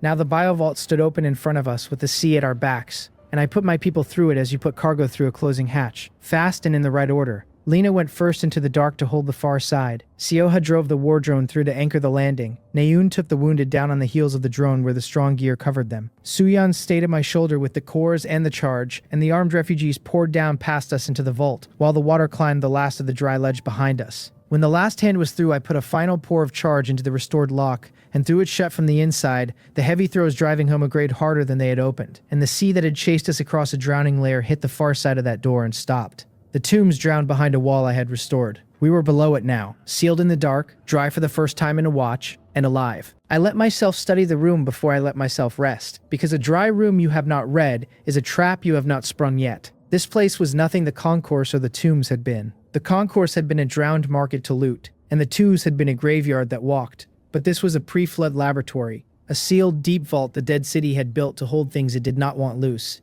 and it had ridden out the drowning closed. My appraisal eye opened on it and got readings again, history and danger flowing back the way they always had now that I was past the one blank door. What they told me was that everything down here had been engineered, that nothing had drowned by accident, and that every system in the place had been built to keep something in rather than to keep the water out. Dead containment ran the length of the vault, in long ranks, sealed grids and stilled fields and holding cells, the size of transit cars, all of them powered down a generation ago, and silent ever since. My reading found the bones of it as we moved through, the lab zone machinery, the cold lines that had once held charge, the grids that had once held fields, every one of them dead in the specific engineered manner the door had been dead. Broken on purpose, or broken by time yet always broken clean. There was no rot of the kind the tombs had carried. No drowned dead rising wrong, because nothing down here had ever been left open to the water long enough to drown. The biovault had sealed itself the morning the world broke, and held its breath ever since, and we had just become the first warm thing to walk it in a generation.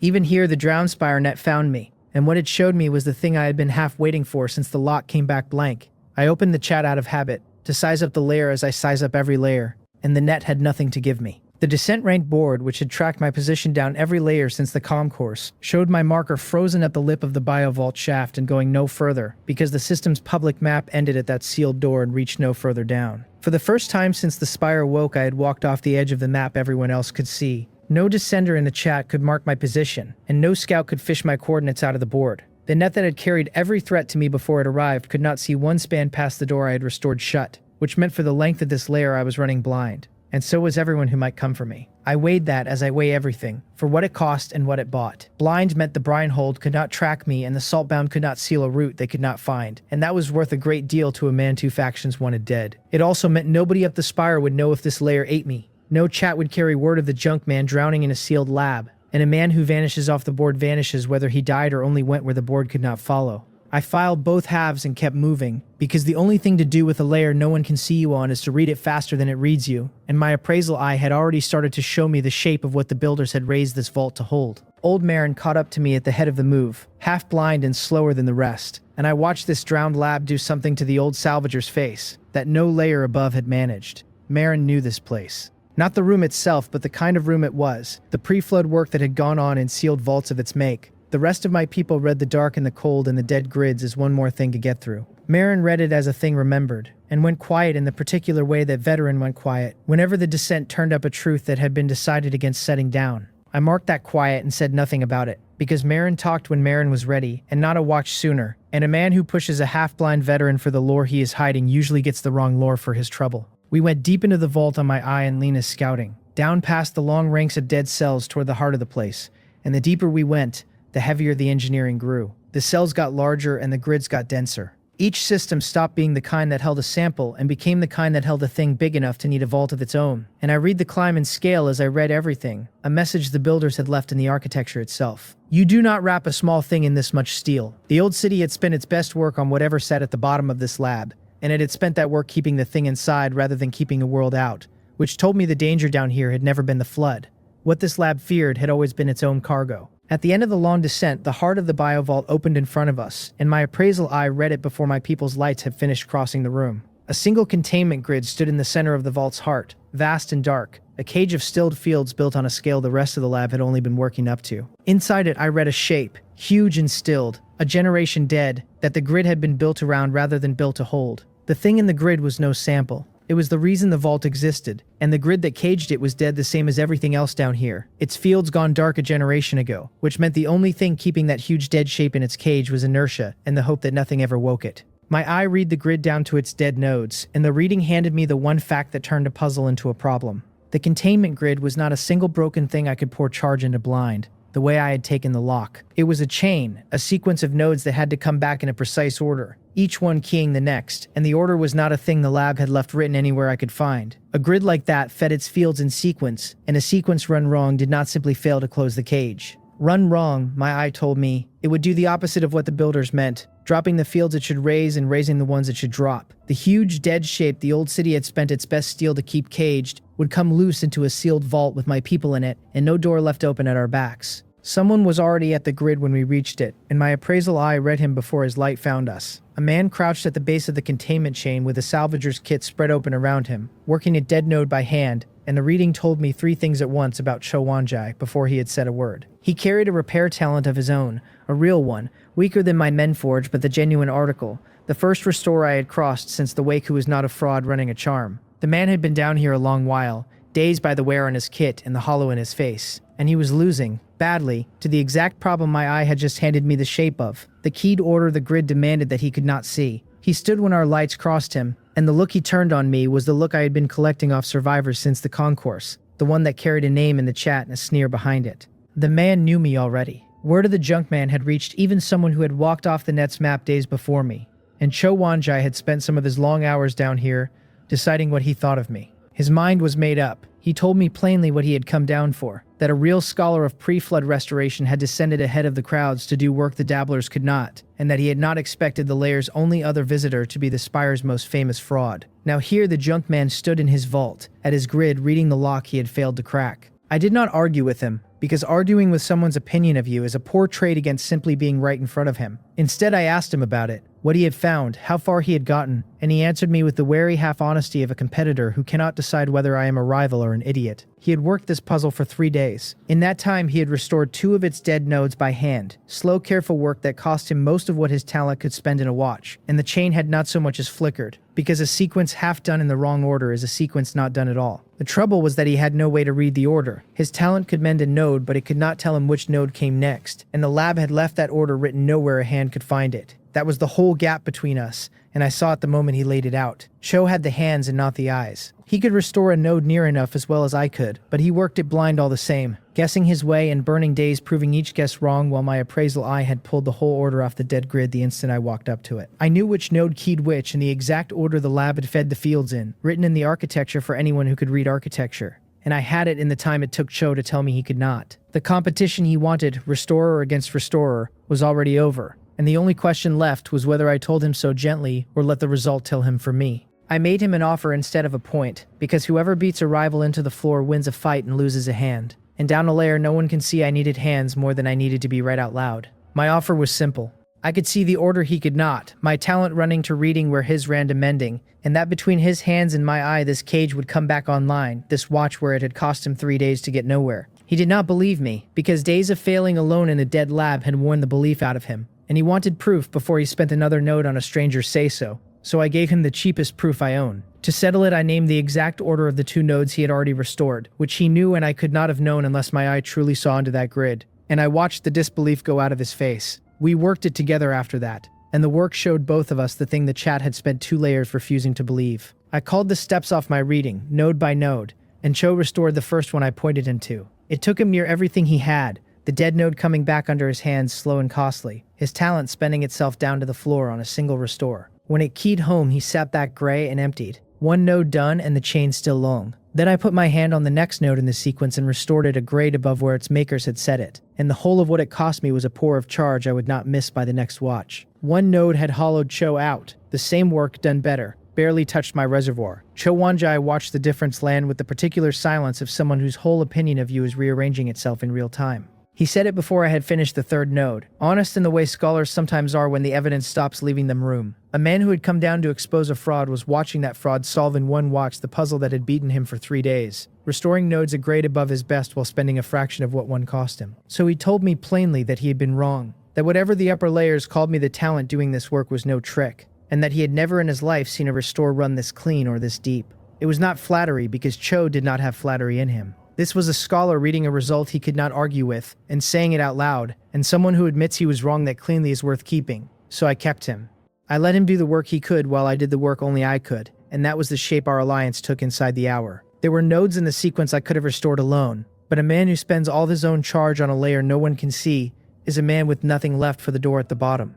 And Cho's hands let me bank mine. He took the cheap nodes, the ones a careful restorer could manage without bleeding dry, while I held the order in my head and took the hard ones, the keyed nodes where a wrong restorer would drop the wrong field. Between us, the grid came back faster than either alone, his hands sparing my charge, my eyes sparing his guesses. And a rivalry that had walked in with a sneer turned into a working line because the dead lad did not care which of us had been laughed at on the surface. The chain woke node by node as we worked it down, and I watched the dead grid come back to life in the order the builders had meant, fields rising where they should rise, the cage drawing itself closed around the huge stilled shape at its center. Cho understood what we were doing better than I had said aloud, and somewhere in the last nodes he asked the question a scholar would ask, why a lab would build a cage this deep and key it this hard around a single dead thing. I gave him the honest half of the answer, that you do not spend this much steel in sequence on a corpse unless the corpse is the most dangerous thing you own, and that the builders had clearly feared the day this exact grid failed. Cho went quiet at that, because he had spent 3 days trying to make the cage work without once asking what it was for. We restored the last node together, and the containment chain closed the way the builders had drawn it, every field rising in its keyed order until the cage stood whole again around its cargo, for the first time in a generation. The grid did not seal the thing away, and that was the part Cho and I had both missed until the chain ran complete and showed us its true shape. A containment grid built to this depth was never only a cage, it was a control. And run in the right order, it did not lock the cargo down, but woke it under hold. Brought the huge stilled shape back online inside fields strong enough to govern what they had restored. The cage opened onto the vault's true heart as the last field rose. Inside it stood no monster waiting to be killed. My appraisal eye read it whole in that moment. What it gave me was not a danger to put down, but a guardian to bring back. The lab's apex construct. Dead a generation, waiting at the bottom of the deepest vault on the spire for a hand that could restore it. My appraisal eye read the apex construct down to its dead core before my hand had crossed the last field. The reading told me what the builders had spent their best steel to keep, a bioconstruct raised as the lab's own guardian, engineered before the flood to hold this vault against whatever the old city feared more than the sea. It stood 3 times the height of Sioha's war drone, and twice the bulk, a thing of grown plate and fused bone that had been alive in the way the lab made things alive, and it had died under hold a generation ago with its core stilled rather than broken. That was the whole of why the grid had keyed so hard, because the cage had not been built to keep the construct in, but built to keep it asleep. The old city wanting its guardian on a leash it could drop at need, and the morning the world broke that leash it stilled with everything else. I read the depth of it and found the same engineered break I had found in every dead thing down here, a core powered down clean rather than rotted through. A guardian set to sleep and never woken. The Menforge did not need the construct's whole history to know it was dead, and it did not need to be told that a thing this size was the most dangerous restorer I had ever set my hand to. I weighed it as I weigh every break, for what it cost against what it bought, and the sum came back near what I had half known it would since the cage showed me its cargo. A guardian this size, restored a tier above the day it died, was the strongest creature any descender on the spire could field, and it sat here under hold, waiting for the one talent that could bring it back. Cho watched me read it and went still. He had spent 3 days believing the thing at the bottom was a monster to survive. I had read it as mine to raise. Even so, I did not pour charge into it blind as I had taken the door. A door run wrong stays shut, and a guardian run wrong wakes hostile in a sealed vault with my people at its feet. So I read the construct's core to its dead nodes before I spent a single charge, and my eye gave me the binding order as it had given me the grid. Before this, I had done a bound restore only on the war drone. Small work against this. A machine leashed to my hand at the moment its power came back, so that it woke knowing whose it was. The construct was no machine, and the leash had to be deeper, set into the living core as the field rose, so that the guardian came up bound to me as it had once been bound to the city that grew it. I held the order in my head, put my hand flat to the stilled core, and let the restore find the death in it as it found every death. By the fact of the break and not the story, the charge it took would have hollowed Cho to the floor and left him gray for a watch. It ran out of my reservoir as a long steady pour I felt to the bottom of my reserve, and yet did not empty, because the mend forge had grown with every layer and a guardian was only the largest thing it had yet been asked to mend. The dead core came back a tier above the day the old city had set it, every grown plate knitting whole, the fused bone driving back to true, the stilled fields of the cage feeding the binding hone as the last node keyed. I set the leash into the core at the moment its power crossed back into the living. The guardian woke bound. 3 days Cho had spent surviving the thought of this thing. It came up under my pore in the back half of a single watch, opened a core the size of a transit car on me, and read its handler in the first beat it was alive. The huge head turned, found me, and held. My strongest creature stood restored above its maker's peak and leashed to me, and the vault that had been built to cage it now held a guardian that answered to the junk man. Lena let out a low whistle from the dark at the edge of the field, the diver's grin riding it, the first sound any of my people had made since the cage opened. She told the dark,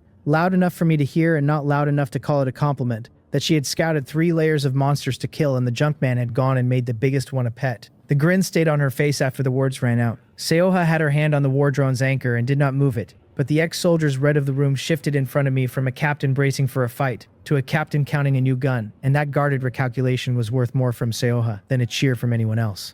Suyan came up to my shoulder with the core still in her arms and looked at the thing I had raised with the respect a salvage engineer keeps for a hull that should not float and does, a respect that had stopped being grudging 2 layers ago. Nayoon said nothing, only moved her wounded a span closer to the guardian's feet, now that the cage answered to us, and the quiet trust in that small repositioning was the medic's whole thanks. None of them said a word about a fraud. The chat's name for me had no purchase in a room where my hand had just restored the thing the old world feared most. I had not finished reading the construct when its restored core gave me the thing I had not asked for. A guardian raised to govern a vault carried the vault's memory in its core as the war drone had carried its last orders. And the restore that brought the construct back brought back what it had last held before the city set it to sleep. The memory played behind my eye as I held the binding, and for a long beat I was not in a drowned lab at the bottom of the spire, but in the world that lab had been built in. Before the sea, I read the pre-flood city bright and dry, towers standing where the tombs now drowned, the concourse a living market under open sky, the spire a city and not a grave. The construct had stood guard over all of it, and then the memory turned to the morning it ended, and the system flagged what the core showed me, because what came down on the bright city was no active sea or quake. What the memory gave me was the drowning as the guardian had witnessed it, and it had not been an accident. I watched figures move at the edges of the dying city, and my appraisal eye reached for them and got a name off the core's own record where my own readings had only ever found blanks. The unmakers, the ones the transit log had named before the system buried it. They had come to the bright city on purpose and they had sunk it on purpose, opened the deeps under drowned spire and brought the sea up into a world that had no flood in its making. And the guardian had been set to sleep before it could stand against them. The city had not drowned. It had been drowned on purpose. A hand had wanted it under the water, and the guardian's core had held the proof of it through a generation of dark, waiting for a restorer to read it. The deep heart of the vault had more than the guardian in it, and my eye found the rest now that the cage answered to me. Set into the floor behind where the construct had slept was a relic the builders had sealed deeper than the guardian itself, and my appraisal eye read it whole, a pre-flood stronghold restore keyed to district scale. The kind of work that did not mend a door or a drone, but a whole holding at once. It sat dead the same as everything down here, waiting on a hand that could spend the charge it asked, and what it offered turned a sealed vault into a fortress in waiting. Beside it, the lab had cached a men-charged tier-up, a pre-flood store that raised the ceiling of what my reservoir could hold and spend, the difference between mending a guardian and mending a city. I drew the tier up first, and my eye read the changeland as the cap on my reservoir climbed past anything the upper layers had ever let me carry, a deeper well to feed a heavier pour. The stronghold restore I left dead for now, because a relic that big spent at the wrong moment was charged thrown into a holding I did not yet want to anchor, and a man who fortifies before he has chosen his ground fortifies the wrong ground. I read both and banked both in the same beat, because the vault that had cost me a drown layer to reach had just handed me the means to fortify a district, and the charge to run it. With all of it held at once, the bound guardian and the relic and the proof of a deliberate drowning, the memory in the construct's core played its last beat before it stilled. In the dying bright city at the edge of the deeps the Unmakers had opened, one of the figures stopped. It had been moving with the others through the drowning the guardian witnessed, and now it turned, slow and deliberate, away from the work of sinking a world, and toward the eye that watched the memory. My appraisal eye read the face as it read every danger, and for the first time since the wake the system did not give me a blank or a name buried in a log. It gave me a flag, sharp and immediate, set on the figure that had turned, the Tidewright, an Unmaker, the hand that had opened the deeps under Drownspire. The face in the generation-dead memory turned toward me and held. Under the name, the flag the system raised carried one fact. A restorer had reached the biovault. The Tidewright knew, and it knew because it was looking back. The Guardian held the vault behind us, and for the first watch since the wake I let the team rest in a dry room I had read clean, which gave old Marin the thing the veteran had been waiting for, a quiet deep enough to set down a truth that had been carried too long. Marin came to me where I sat with the construct's memory still settling behind my eye, sat down across the dead grid with the slowness of the half-blind, and started to talk in the low, even way of someone who had decided the time for hiding was finally past. The old salvager had known this kind of vault, had known what the figures in the memory were before my eye had ever flagged the name, and had spent every layer above choosing not to say it because the truth was the kind that made people stop descending, and a person who stops descending on Drownspire drowns where they stand. What Marin told me, slow and even across that grid, was the shape behind everything I had been reading in pieces since the concourse. The flood had been deliberate, the same as the Guardian's memory had shown me, but the deliberation went deeper than one drowned city. No accident of malice sank one world for the Unmakers. They sank worlds on purpose and by pattern, choosing the ones that had restored themselves too far, the ones whose people had built too high and mended too well, and pushed their making past whatever line the Unmakers drew. And when a world crossed that line, the Unmakers came up out of the deeps and brought the sea with them. Drownspire had been such a world, one that had built high, mended well, climbed too far past the line, and the Tidewright had opened the deeps under it and pulled it down for the crossing. I sat with that and did not interrupt, because the old salvager had more and was finally spending it, and a truth told slow is a truth told whole. The drowning was only the first half of the work. Its second half was the descent itself, the layers and the net and the rank board that tracked every survivor down toward the hollow deep, and it was the half nobody on the spire understood for what it was. Marin named it plainly. The descent was a culling, feeding us the chat and the board and the rank. The system was not a thing the survivors had inherited from the dead city. It belonged to the Unmakers, and it had been built to do to people exactly what the flood had done to the city, to sort the strong from the weak and feed the strongest down the layers toward the deeps where the Unmakers waited. That was the part that turned my stomach over, and I made the old veteran say it twice to be sure I had it true.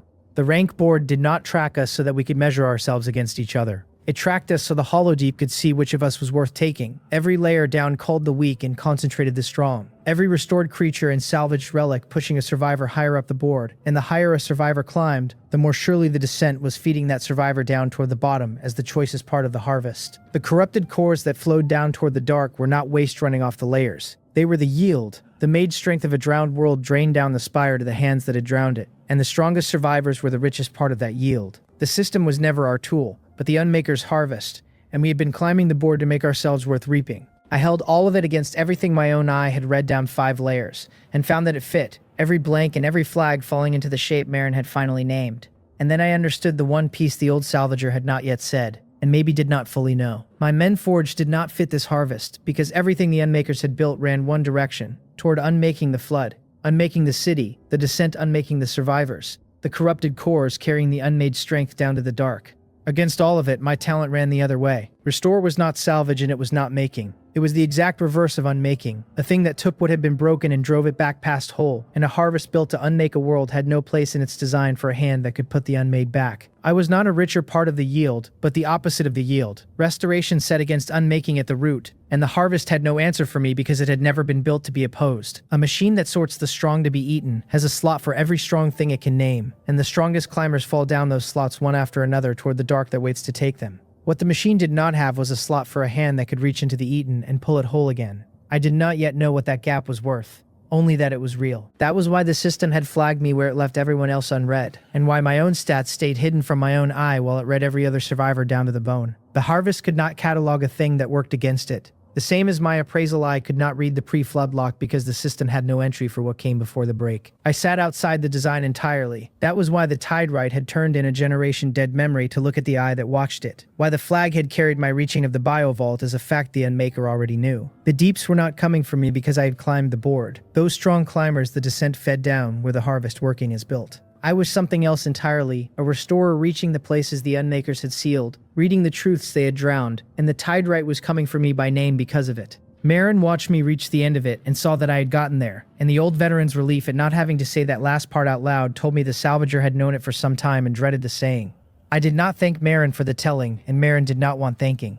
What the old salvager wanted was for me to understand the size of what I was, which was not a survivor who had gotten strong, but a thing the architecture of the whole drowning had no slot for, and to understand it before the tide right reached me rather than after. I understood it well enough. Sitting in the dry vault with my guardian holding the dark, I turned the whole shape of it over once more. Where another man might have felt the size of the thing settle on him as fear, I felt it settle as a tool, the one advantage a harvest this thorough had left lying on the table. So I did the practical thing with the knowledge before I let myself sit any longer in the weight of it. The deep heart of the vault still held relics my eye had banked and not yet drawn, and now that I knew what I was set against, I read them again for the one I had passed over. It was a small pre-flood device sealed beside the stronghold restore. Dead the same as everything down here, that my appraisal eye had flagged before only as a curiosity. Read against the truth Marin had given me, it was no curiosity. It was a counter, a pre-flood working built to hold off on making for a short span. The kind of thing the dead city must have raised in its last watches when it understood what was coming up out of the deeps. I restored it quietly, a grade above its making, while the team rested and Marin looked away, and the device came back small and cold in my hand. A single brief stand against the thing that drowned worlds. It would hold off on making for the length of one short breath, and no longer, which read as nothing against a power that sank whole cities, and yet one breath in the right instant was the difference between a hand undone and a hand still able to restore. I told no one I had it, keeping it back from Marin, from Suyon, from all the rest, because a counter to unmaking was the one card the tide right would not expect a restorer to hold, and a card the deeps did not know about, was the only kind worth keeping against a thing that read me by name. We moved for the next descent when the team had rested, down toward the shaft that dropped below the biovault toward the brinehold layer. And as we crossed back under the reach of the public map, the net found me again at the lip of the drop. The descent rank board, blind to me through the whole of the sealed vault, caught my marker the instant I stepped back into its range, and updated all at once, every layer of standing I had banked off the map landing on the board in a single jump. My rank crossed into the top 10 of the entire descent. I read the board fill-in around my marker and read, in the same beat, the 2 moves that number set off above me, because a top 10 descender drew eyes that a junk man never had. The brinehold moved on me,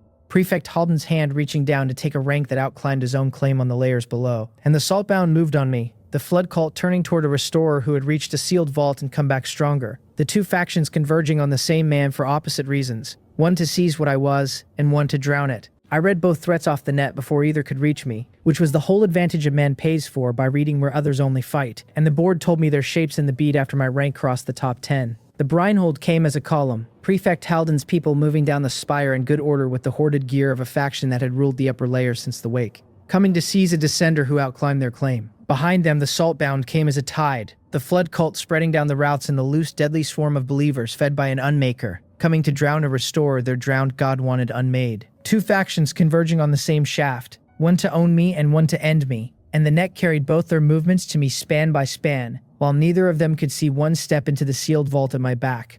I did not move to meet either, choosing instead to read them, plan against both, and spend the watch I had on the one move that answered them at once. The deep heart of the vault still held the stronghold restore I had banked and left dead, and now I had both the ground and the reason to spend it. For the holding to anchor I had the biovault antechamber, a wide sealed chamber below the reach of the public map, with one shaft down and one drowned door up, the kind of ground that took a faction a long bleed to force and gave the defender every advantage of knowing it first. I read the dead relic to its core, held the district scale order in my head the way I had held the Guardian's binding, put my hand to it, and let the restore find the death in a working built to mend not a door or a drone, but a whole holding it once. This was the largest pour the Mendforge had ever asked of me, larger than the Guardian, and the tear-up I had drawn in the vault was the only reason my reservoir could feed it without running dry in the middle of the work. The charge ran out of me in a long deep pour I felt to the floor of a reservoir I had only just deepened, and the antechamber came back around us, a holding restored a grade above the day the dead city had raised it. Dead power lines broke down the chamber walls and carried charge again. Still defense fields rose along the one shaft, and the drowned door, keyed now to my hand the same as the Guardian was keyed. Sealed armories the lab had left dead opened on restored locks, and gave up pre-flood gear my people had no business carrying this far down the spire. The biovault antechamber stopped being a dry room I had read clean and became a powered fortress holding walls that carried charge, fields that answered me, a shaft no column forced cheap, and a door no tide drowned fast. I read the holding settle into its restored shape and read in the same beat what it cost the two factions racing toward me. Neither of them could build. The Breinhold had only what it had hoarded since the wake, kept gear and old keeps it carried down the spire and could not add to, and the Saltbound had only the bodies its drowned god fed it. Both came to me with full hands and no way to fill them further, while I had just raised a fortress out of dead stone on a layer they could not see. That was the whole of the gap, and it was the same gap that had run under every layer since the concourse, between a man who could restore the world he stood in, and factions who could only spend the world they had looted. I had turned the bottom of the spire into a stronghold in the back half of one watch, and I had done it to the relic two factions did not know existed. My people armed themselves out of the woken armories while the fields rose around them, and I watched the holding change what my team was the same as the Guardian had changed it. Seoha took the restored defense gear and read the fields and the shaft and the door with the eye of a captain who had just been handed a fortress to hold, and the ex-soldier's guarded thaw of 2 layers turned, for the first time, into something near trust. Suyon ran the woken power lines with the salvage engineer's hunger for a system that finally had charge in it. Nayun moved the wounded into the deepest fielded corner, where no force could reach them, and the medic's relief at a wall she could finally count on did the work 1,000 words would not. Lena set herself at the shaft mouth as a scout eye with restored gear in her hands, and the grin riding her face, telling the chamber that the junk man had gone and built a city to lose 2 armies in. The armed refugees took the gear and the fields, and stopped being people I was dragging down a drowning and became a garrison. Before the Saltbound did, the Breinhold reached the upper edge of my fields, and the first thing Prefect Halden's column did was the thing every careful faction does before it forces a holding, which is send a scout ahead to read what it is forcing. I let the scout come down to the lip of the fields and read it as it read me, an appraiser of Halden's own, a talent run to reading the strength of a holding before the column spent blood on it. The scout read my antechamber. I watched it read the woken power lines and the keyed fields and the pre-flood armories, watched it count a holding that outbuilt anything the Breinhold had hoarded in its upper layer keeps, and watched the read land on a face that had come down expecting to price a junkman's hovel. It found a fortress instead. The scout broke off and climbed back to its column to report, and the net carried the report up the spire ahead of it, because a scout's read goes to the board the same as any other. What the scout reported was the thing the chat had spent 5 layers refusing to credit, said now by the Breinhold's own talent, in terms the prefect could not wave off. The junkman now held a powered fortress at the bottom of the spire that outfortified anything Breinhold owned. Its charged walls, its keyed fields, its pre-flood armories the envy of a city, raised in a single watch on a layer no faction could even see. Halden's column had come down to seize a descender who outclimbed their claim. The scouts' read told them they had come instead against a man who outfortified their whole hold, and a column that prices a fight that lopsided does not force the shaft on the first watch. So the Breinhold stopped at the edge of my fields to take counsel, and counsel takes time. And time was the one thing a man who reads faster than he fights spends better than anyone coming for him. The Saltbound did not stop to take counsel, because a tide does not price a wall, and the flood cult reached my upper fields while the Breinhold still weighed its odds. I read the swarm come down the drowned roots toward the door I had restored, shut a watch before. The fields answered them the same as they would answer a column, the door holding, the shaft holding, the whole works doing what it was raised to do while the cult broke against defenses it had nothing hoarded to break. Both threats broke off the same walls at once, a column that would not pay my price and a tide that could not pass my fields, and I held them standing in a fortress the deeps could not see, with a guardian at its heart and a counter to unmaking hidden in my coat. 2 factions had converged to take or end the junkman. They found a city instead, and the city held. I left the fields to my garrison and the shaft to Seoha, and went alone to the deep heart of the vault, where the guardian held the dark, because a man who has read every threat the net can carry sometimes needs to stand somewhere the net cannot reach and think. Alone with the Guardian, I felt the message come. It opened in my sight the way every system message had opened since the wake, but it came wrong, and my appraisal eye reached for its sender the way it reached for every danger and found, for the first time since the spire woke, a blank where the source should be. The eye that had read the Tide Right's face off a generation-dead memory, that read every survivor on the board down to the bone, that had pulled a faction scout's whole strength off a single glance, could not read who had sent the words now sitting in my sight. Its source was hidden from me. Not buried in a log, not blanked behind a pre-flood seal, but concealed by a hand that knew exactly how my eye read and had shut it out on purpose. I read the message itself, since the sender would not read, and the words were few and the meaning was one. The order in them was to stop restoring and to come down, carried plain, with one reason set under it that left no room to mistake the sender. I was the only thing it had left to unmake, the single hand on the whole spire it had to put out, and it was the only thing I had ever been made to unmake in turn. The message knew me. It named the Menforge for what it was, the one talent set against the harvest, then named the descent it wanted me to finish, down past the brinehold layer toward the deeps it had opened a generation ago under a city it drowned on purpose. The tide rite had reached me by name, in a message my appraisal eye could not source, and that was the part that held me longest in the dark with my guardian, because everything on the spire I could read, and this one thing I could not. I read the message a second time and a third, hunting the source the way I hunt every danger, and each pass returned the same blank where a sender should sit. Not absence but concealment. A door shut on purpose by a hand that had measured my eye before it ever wrote to me. The thing that had drowned a world had taken the trouble to learn how I read, and had answered that knowledge before I knew it had begun.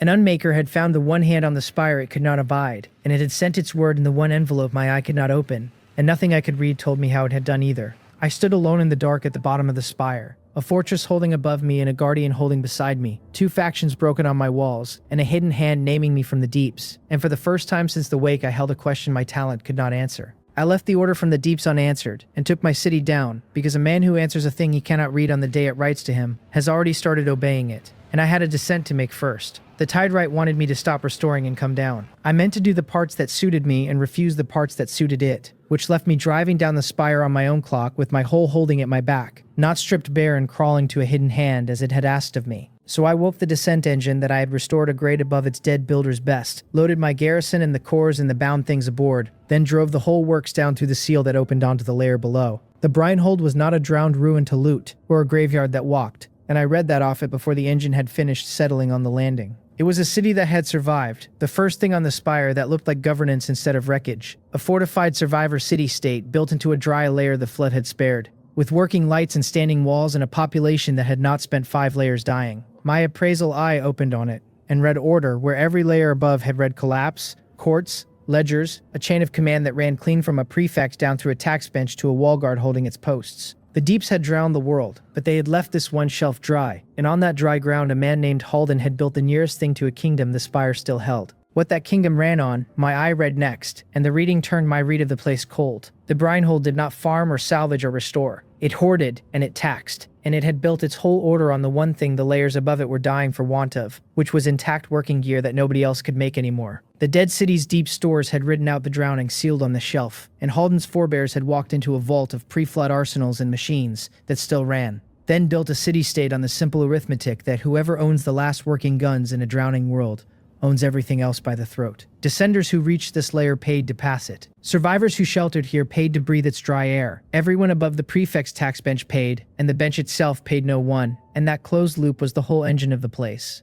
The arithmetic was clean. Whoever held the last working guns held everyone who did not, and those who did not paid in everything they had until they had nothing, then paid in service, then paid in their own descent rights. Once even the service ran out, I had read 100 broken things since the wake, and a city built to keep its people poor read no harder than a seized throw or a corroded bearing. It was just bigger. They walked my column to a court before they let me make camp, because a city that taxes descent rights does not let a holding land on its shelf without a reckoning, and the reckoning was public. I took the chamber's measure as they sat me in it, a high court built for show as much as judgment, a tax bench at its head and a gallery packed with the tax-bled survivors the brinehold ran on, with a reckoning board on the back wall that ran the descent rank the same as the net ran it overhead. The gallery had come to watch the bottom shelf city price a fresh column as it priced all of them, and the descent rank on the board had me sitting in the top 10, which is the only reason the prefect himself took the bench instead of a clerk. Men who hold a top 10 descent rank get the prefect. Everyone below it gets a tax table and a clerk who reads it to them. Prefect Halden took the bench and made me the offer he made every strong holding that landed on his shelf, and he made it dressed as mercy. He had read my rank off the board, and my fortress off the report his own scout had carried back to give him, and he knew he could not force a column that outfortified his whole hold, so forcing it was off the table from the start. A vassal deal came in its place.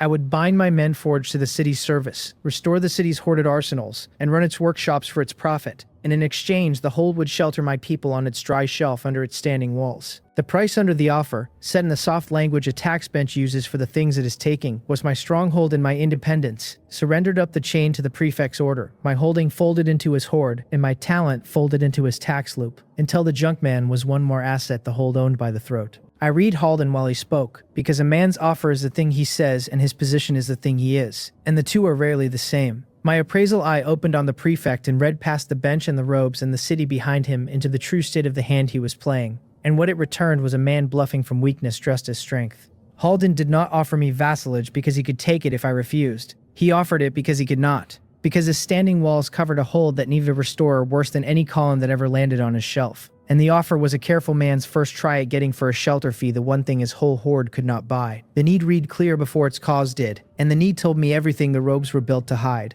A confident man does not lead with a fee dressed as kindness. He leads with that only after weighing his own stores against a column he cannot beat, and finding those stores wanting, then reaching for the one currency a tax bench still holds, when its guns no longer fire, which is the appearance of generosity. Halden was not buying my talent at a rich man's leisure. He was buying it at a drowning man's price, paying in pride for the appearance of paying in nothing, dressing a rescue as a favor he handed down. So I refused him, and I refused him pragmatically in the flat terms used by someone who has read his counterpart's hand and knows the bluff for a bluff. I told the bench I would shelter my own people behind my own walls and pay no fee in independence for dry air I could make myself, and that the hold was welcome to my restoration at a price I set, paid in trade with my holding kept whole and my talent kept mine. No voice raised, no threat thrown at the wall guard, because reading a bluff leaves no need of either. Folding a fortress into a hoard was simply something I declined to do, and I let the decline sit in the open court, where the whole gallery could hear a top 10 descender tell the prefect to his face that his mercy was a fee and the fee ran too high. The net carried the standoff the moment the court broke, as it carried every reckoning, and the chat carried this one with the city's own tax-bled survivors watching it land. Overhead, the board lit with the read of it, the bottom-shelf city-state that taxed everyone for working gear, made an offer to a top 10 descender, and got told no in open court. A prefect who dressed his shelter fee as mercy, and a junkman who declined to be owned.